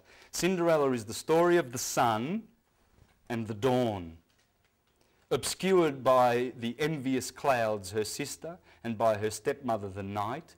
So she is Aurora the dawn, and the fairy prince is the morning sun, ever pursuing her to claim her for his bride. And as his bride, the dawn, it's beautiful when you see the sun come up out of the dawn. And why is it beautiful? Because the Virgo is at the other end. The sun is always born of a virgin. And when the sun comes up out of the blue sea of Pisces in the morning, that's water, and that's fire. So the fire, we already said, yes means fire, means the sun. In Hebrew, yes means fire, or the sun. That's that word, which we say, yes. And we shut our eyes when we pray to the Lord. Why? Yes. It's the light of the world. Look, they shall see me in the clouds. And when he comes up out of the water every day, born of a virgin, he comes up out of the mare, Maria, Jesus' mother, Mary. That's Mary. Maritime, marine, water. And if you get the alphabet and you put A over here and you go B, C, D, E, F, G, H, I, J, K, L, N, 13th letter, middle, A, air, spirit, M, matter, marine, and N, next door, they are the waves, the glyph in Egyptian for water, and that's Aquarius, the water bearer. And Mem, the Hebrew letter Mem, in the middle means water, and Nun means fish. In Italian, we have nuotare, to swim. It's all water. And then you go around and you see how the alphabet. Now, to learn all this, you need to read, if you're interested in that subject, Alvin Boyd Kuhn, like Manly P. Hall, another great occultist who teaches this, how the alphabet is here, and he's exposed this to the world. And also the numbers are in there. The numbers, which I'll go into later, 1, 2, 3, 4, 5, 6, 7, 8, 9. The numbers from 1 to 9 are here. You're going to run out of later. Huh? Oh yeah, big time. Little Red Riding Hood gets devoured by the wolf and then comes out alive at the other side. The hunter, the darkness, the wolf. To learn how every myth and fairy tale, I would suggest you read these books. These are the best from the 1800s. You've got Myths and Myth Makers by John Fiske, and fairy tales, their origin and meaning. When Perseus kills Medusa, Perseus is the sun and Medusa is the starlit night. The stars, they run away when the sun comes to town. You can't see the stars behind the sun. It takes up all the light. Sorry, I'm the hero of the show. That's why Christians act the way they do, the artificial Christians who believe in the historical Christ, which is the biggest lie ever told. And that lie needs to be exposed by someone who knows. Like, how about someone from the Piso family? The Piso family have had someone on the throne of Rome for the last 2,000 years. Someone of that family should know what they've done to us with the historical lie of Jesus Christ, and whoopsie-doo, we have Roman Piso who did his family tree history and everything and went way back to Arius Piso. Arius Calpurnius Piso, the guy who was behind Titus. Titus was the general who went to Jerusalem and destroyed the temple. Remember, Jerusalem was destroyed in 70 CE. This was the power behind that move. Get rid of those Jews and establish a world empire. And they'd done that with Augustus 40 years, 80 years prior to that. When Julius Caesar, and by the way, JC in Julius Caesar corresponds to Jesus Christ. That is the Messiah. Anyway, this guy has exposed that, when you read this, you'll be disgusted at how they did it. And all the sexual innuendo in the Bible and all the stuff that they put in there to, basically, they've mutilated the Bible, but it's still a document in which you can find this truth. It's still there. It's just you have to look for it. But these people tampered with it and made the Christ story a literal story. They placed it in time. And that has been the greatest evil. And how much killing have they done ever since? Christopher Columbus, this country. Remember what they did to the blacks in this country, the Christians? They came here, it was Christ. I'm telling you, they came with their crosses. No, not all of them. Some of them were deeply loving, compassionate. Absolutely. Sacrificed their lives to the Yes. Yes. This is why I think to polarise is not a No, it's not. It's not. I'm not doing that. Do you understand? I'm not trying to do that. Is that, or am I, do you think I should be a little bit more clear about that? Because I'm not.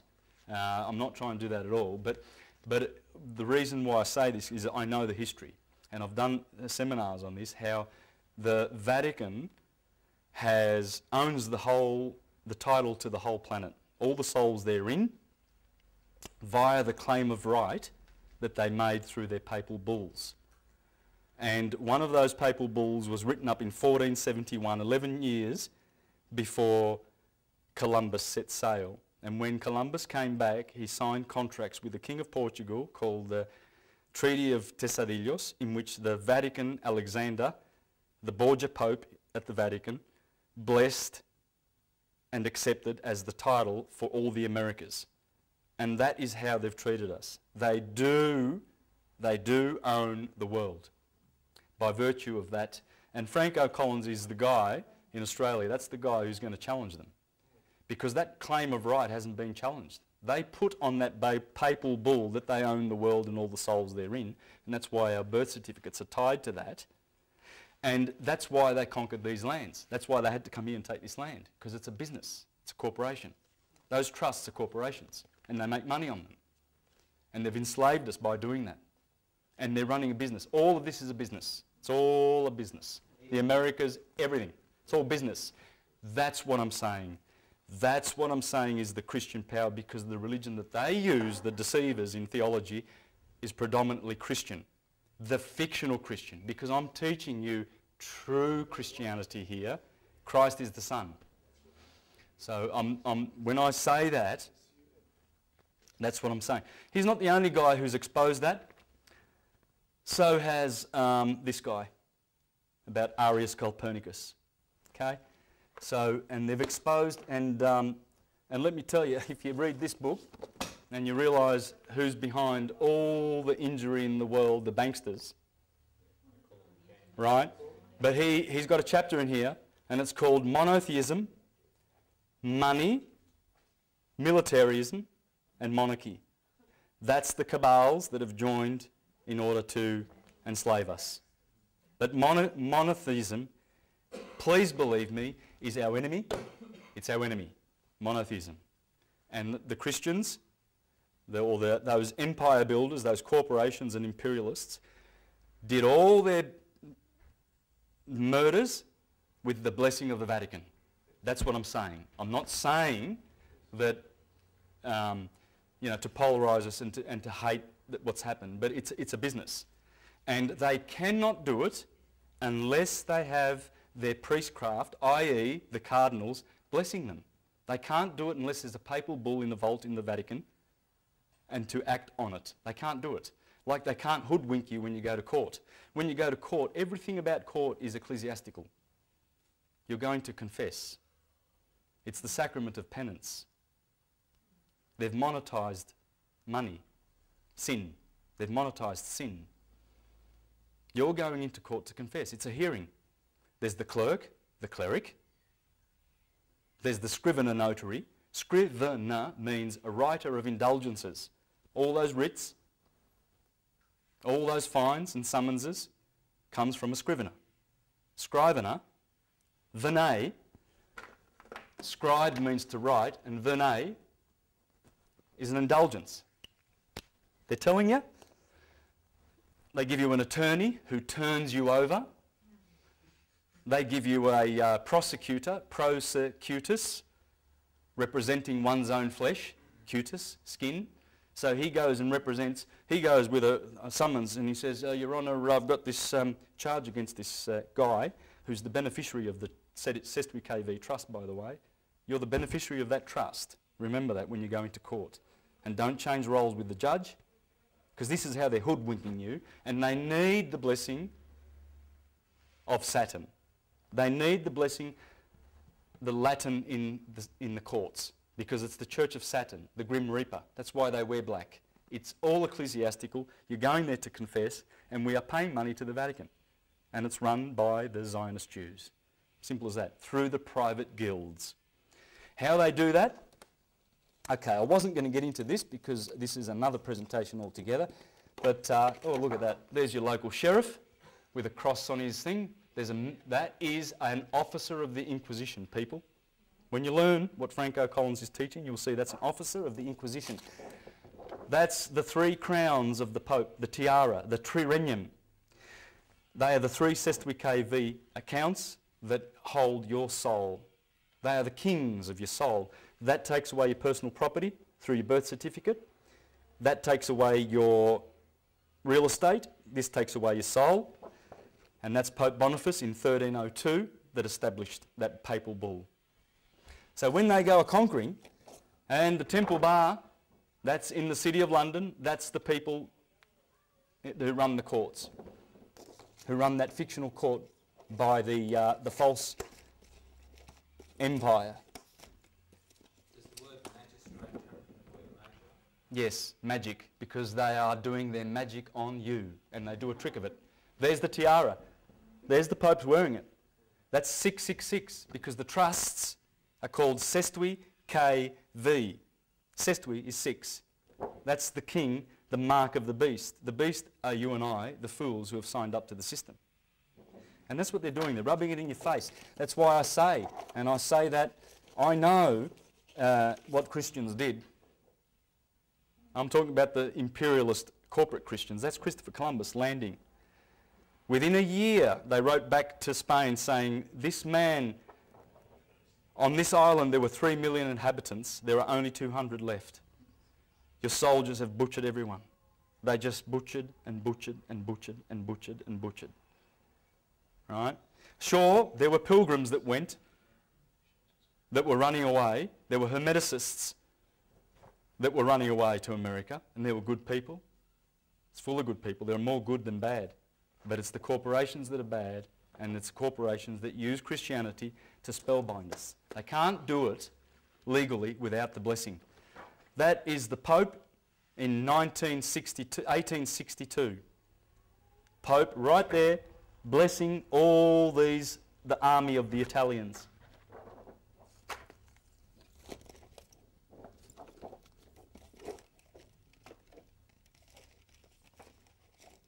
It's scary when you think about it, but we have to bust this system. I mean, it needs to be busted. It needs to be either ignored or dealt with. And I think that if if anyone was interested in really studying that aspect of our history, I've got some websites that will be very, very handy to go to. That's Franco Collins. And they all connect to my website called universaltruthschool.com. Universaltruthschool.com. And these are all Franco Collins, and this here teaches here where you can create an ecclesiastical deed poll and you can collapse those trusts. But how can you really tell that something is completely trustworthy? I mean, what sort of questions can you ask to get to the root of it so that you know it is true? Well, I actually have a DVD of the seminar I did exposing this, if you would like to know this. I've got a DVD. Rome filmed it. I did it at the Nexus Forum meeting. Yes.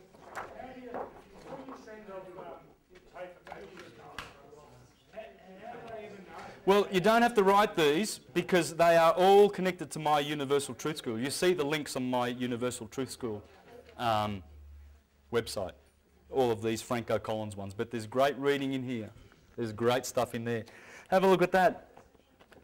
That is a painting by Giorgio Vasari in 1572, Pope Gregory's army, navy, 200 ships in the Bay of Naples, going to Turkey with the Inquisition, with the crusade against Turkey. 200 ships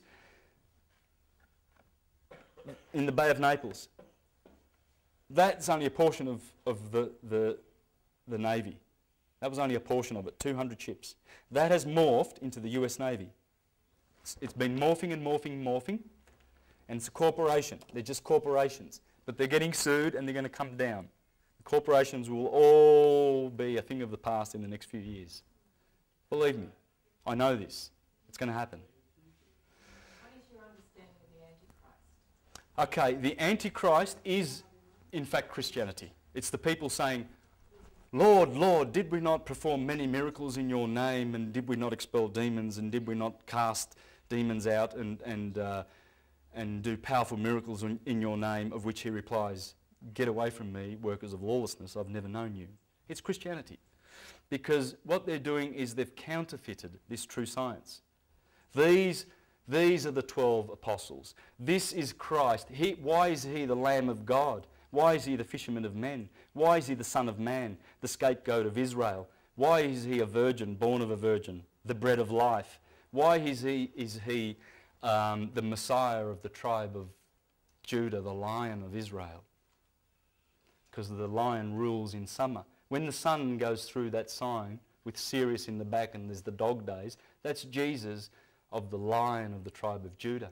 That's Jesus the twin. Have you seen any information about Jesus being a twin? No. See, you have. Yes.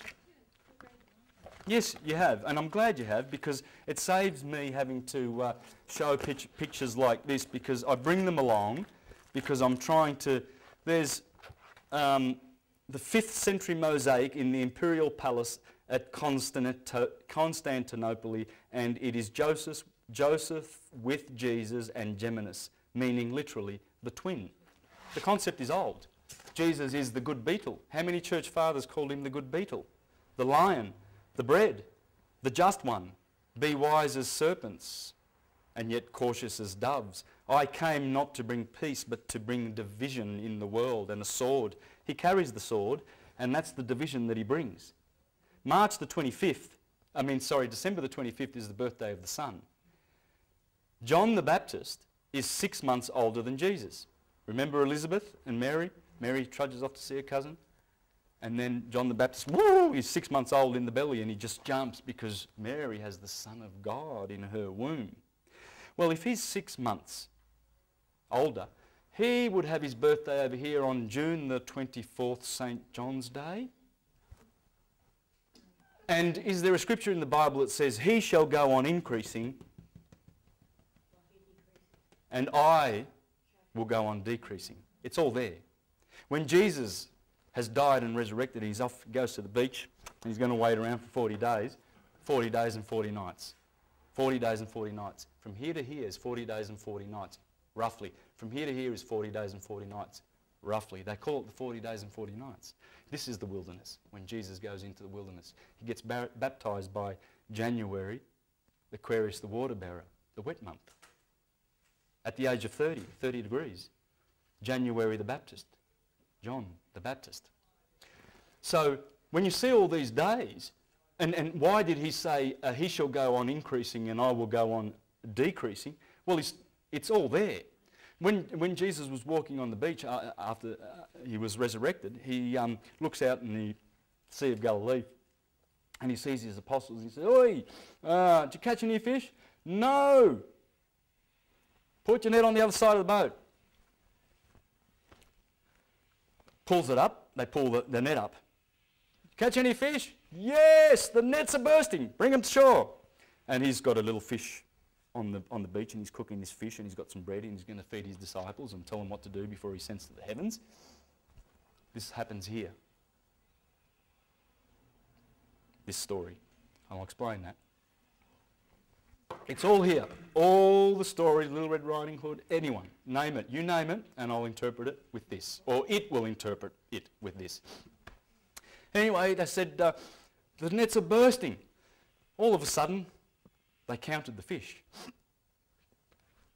How many fish did they find? Does anyone know this story? It's amazing. And yet Christians read this and they go, Christians, I'm not attacking Christians. Please understand. I've already established that. I'm attacking the way they interpret this beautiful wisdom. That's all I'm doing. Okay? There was 153 fish. Ooh. Oh, wonder what's so interesting about 153. Well, Pythagoras knew what 153 was. So did Empedocles, his disciple. That's how many fish they caught. That's the number of the Vesica Pisces. That's the number of the fish. Two circles sharing a common radius. Circle 1, dot. Circle 2, and you have a fish swimming there. The measurement from there to there is 153. It's the measurement of the fish. 153 as opposed to 265. That's the 265, 153. It's the number of the fish. Empedocles knew it. All the sacred geometry teachers and the teachers of this holy science, physics, knew it. And so there it is embedded in the gospel. Why would those 153, I mean, here's a gospel that's supposed to be teaching you how to ascend to the heavens and give you the science of salvation, and these 153 fish get in there and, hey, I want to get in the gospel, I want to be holy, I want to be numbered in the Bible. It makes no sense, really, does it, to count the fish? But it shows you that they're hiding it in there, and the Piso man brings that out. He brings out how they borrowed from Plato and how they borrowed from Hermes and put it in there. How many sacred days? Here, on the 6th of August, in the Bible, is when the sun is transfigured. It's the middle of summer. That's the transfiguration. On the 15th of August, you have the Ascension of Mary. Wind up, 5 minutes. And you have the Ascension of Mary. And then you have the Nativity of Mary in September, on September the 8th. Well, the Ascension is when the sun goes into Virgo and takes all her stars away. She's ascended. And then when the sun climbs another 30 degrees and comes out of the Virgin, then she's reborn again, the Nativity of the Virgin. 25th of March, that's when Gabriel says to Mary, you shall conceive. 25th of March, count 9 months, and the Son is born. That's the birthday of the Son, the 25th of December. Exactly 9 months. And Pentecost, around about May Day, at 49 days, remember, that's when, in the womb, here's conception, that's when the embryo becomes a fetus, and then 5 months later, the baby drops. Virgo, the belly, the baby drops, 3 months later it is born. This is the cycle of the birth of man. And it starts here on the 25th of March. And that's why they always celebrate the Passover of the lamb, and they eat the lamb, the Jews. The three most important Jewish festivals of the pilgrimage were here, here, and here. Equinoctial. Christmas is here. And there are literally, just go around, have a look at St. Paul's baptism, the 25th of January. Find out why St. Paul was converted over here. Find out what it means when Jesus is born in a manger and there were shepherds and flocks outside.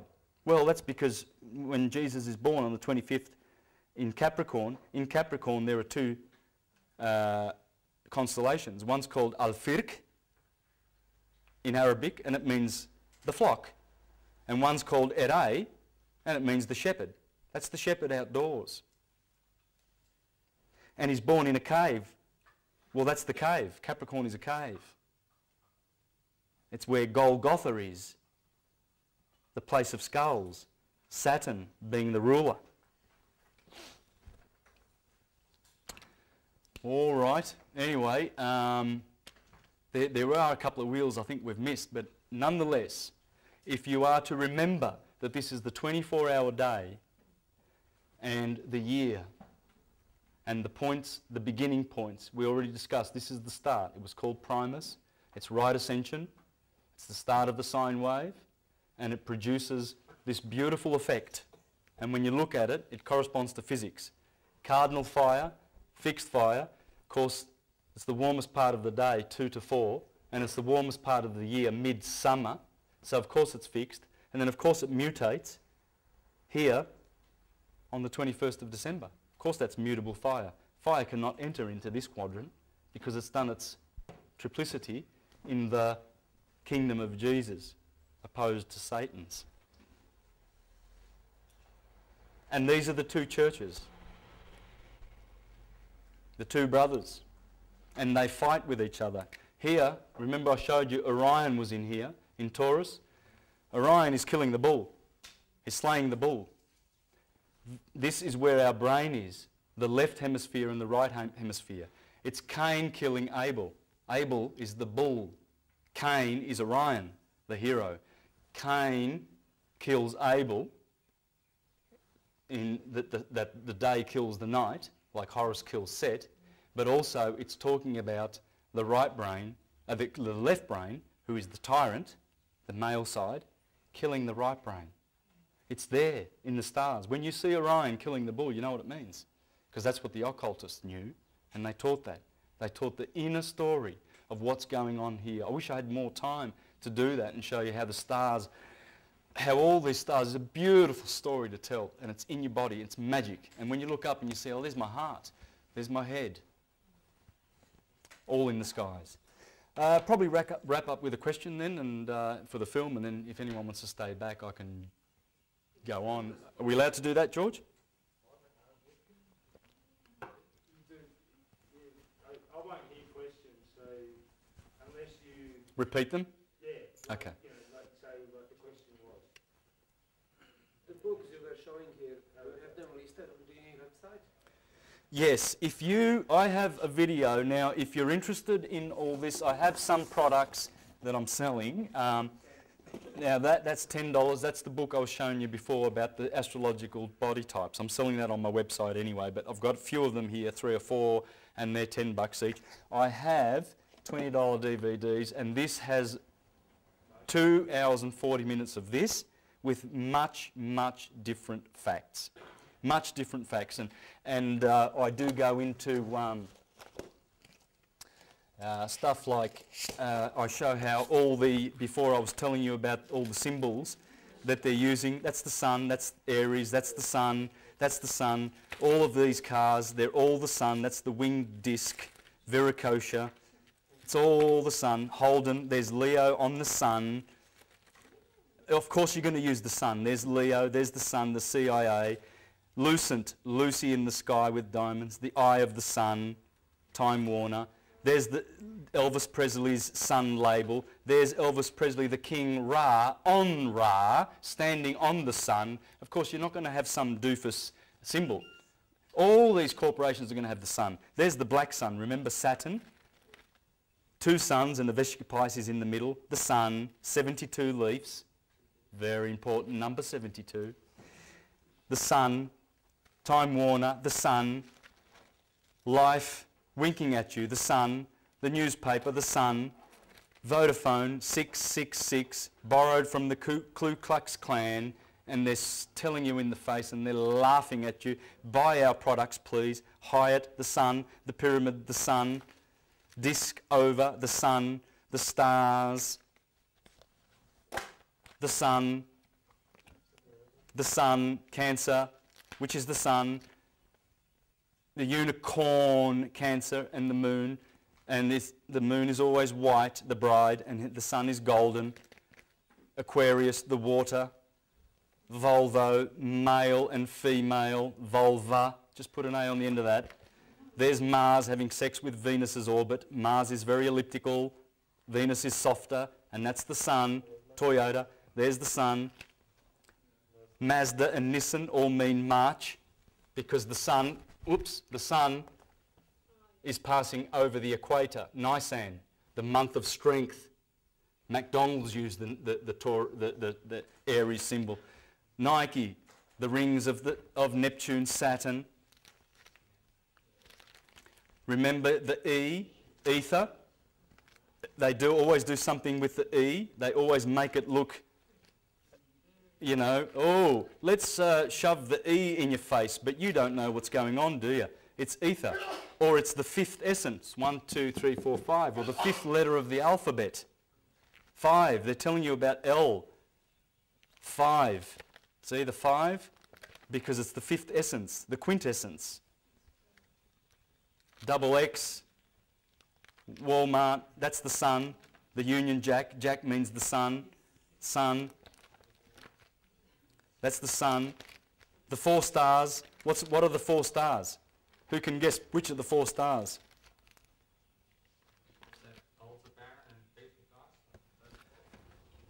Aldebaran, Regulus, Antares, Fomalhaut.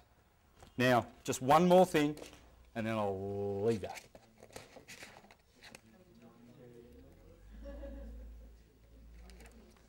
The Korean flag, spirit and matter. Remember the A and the M?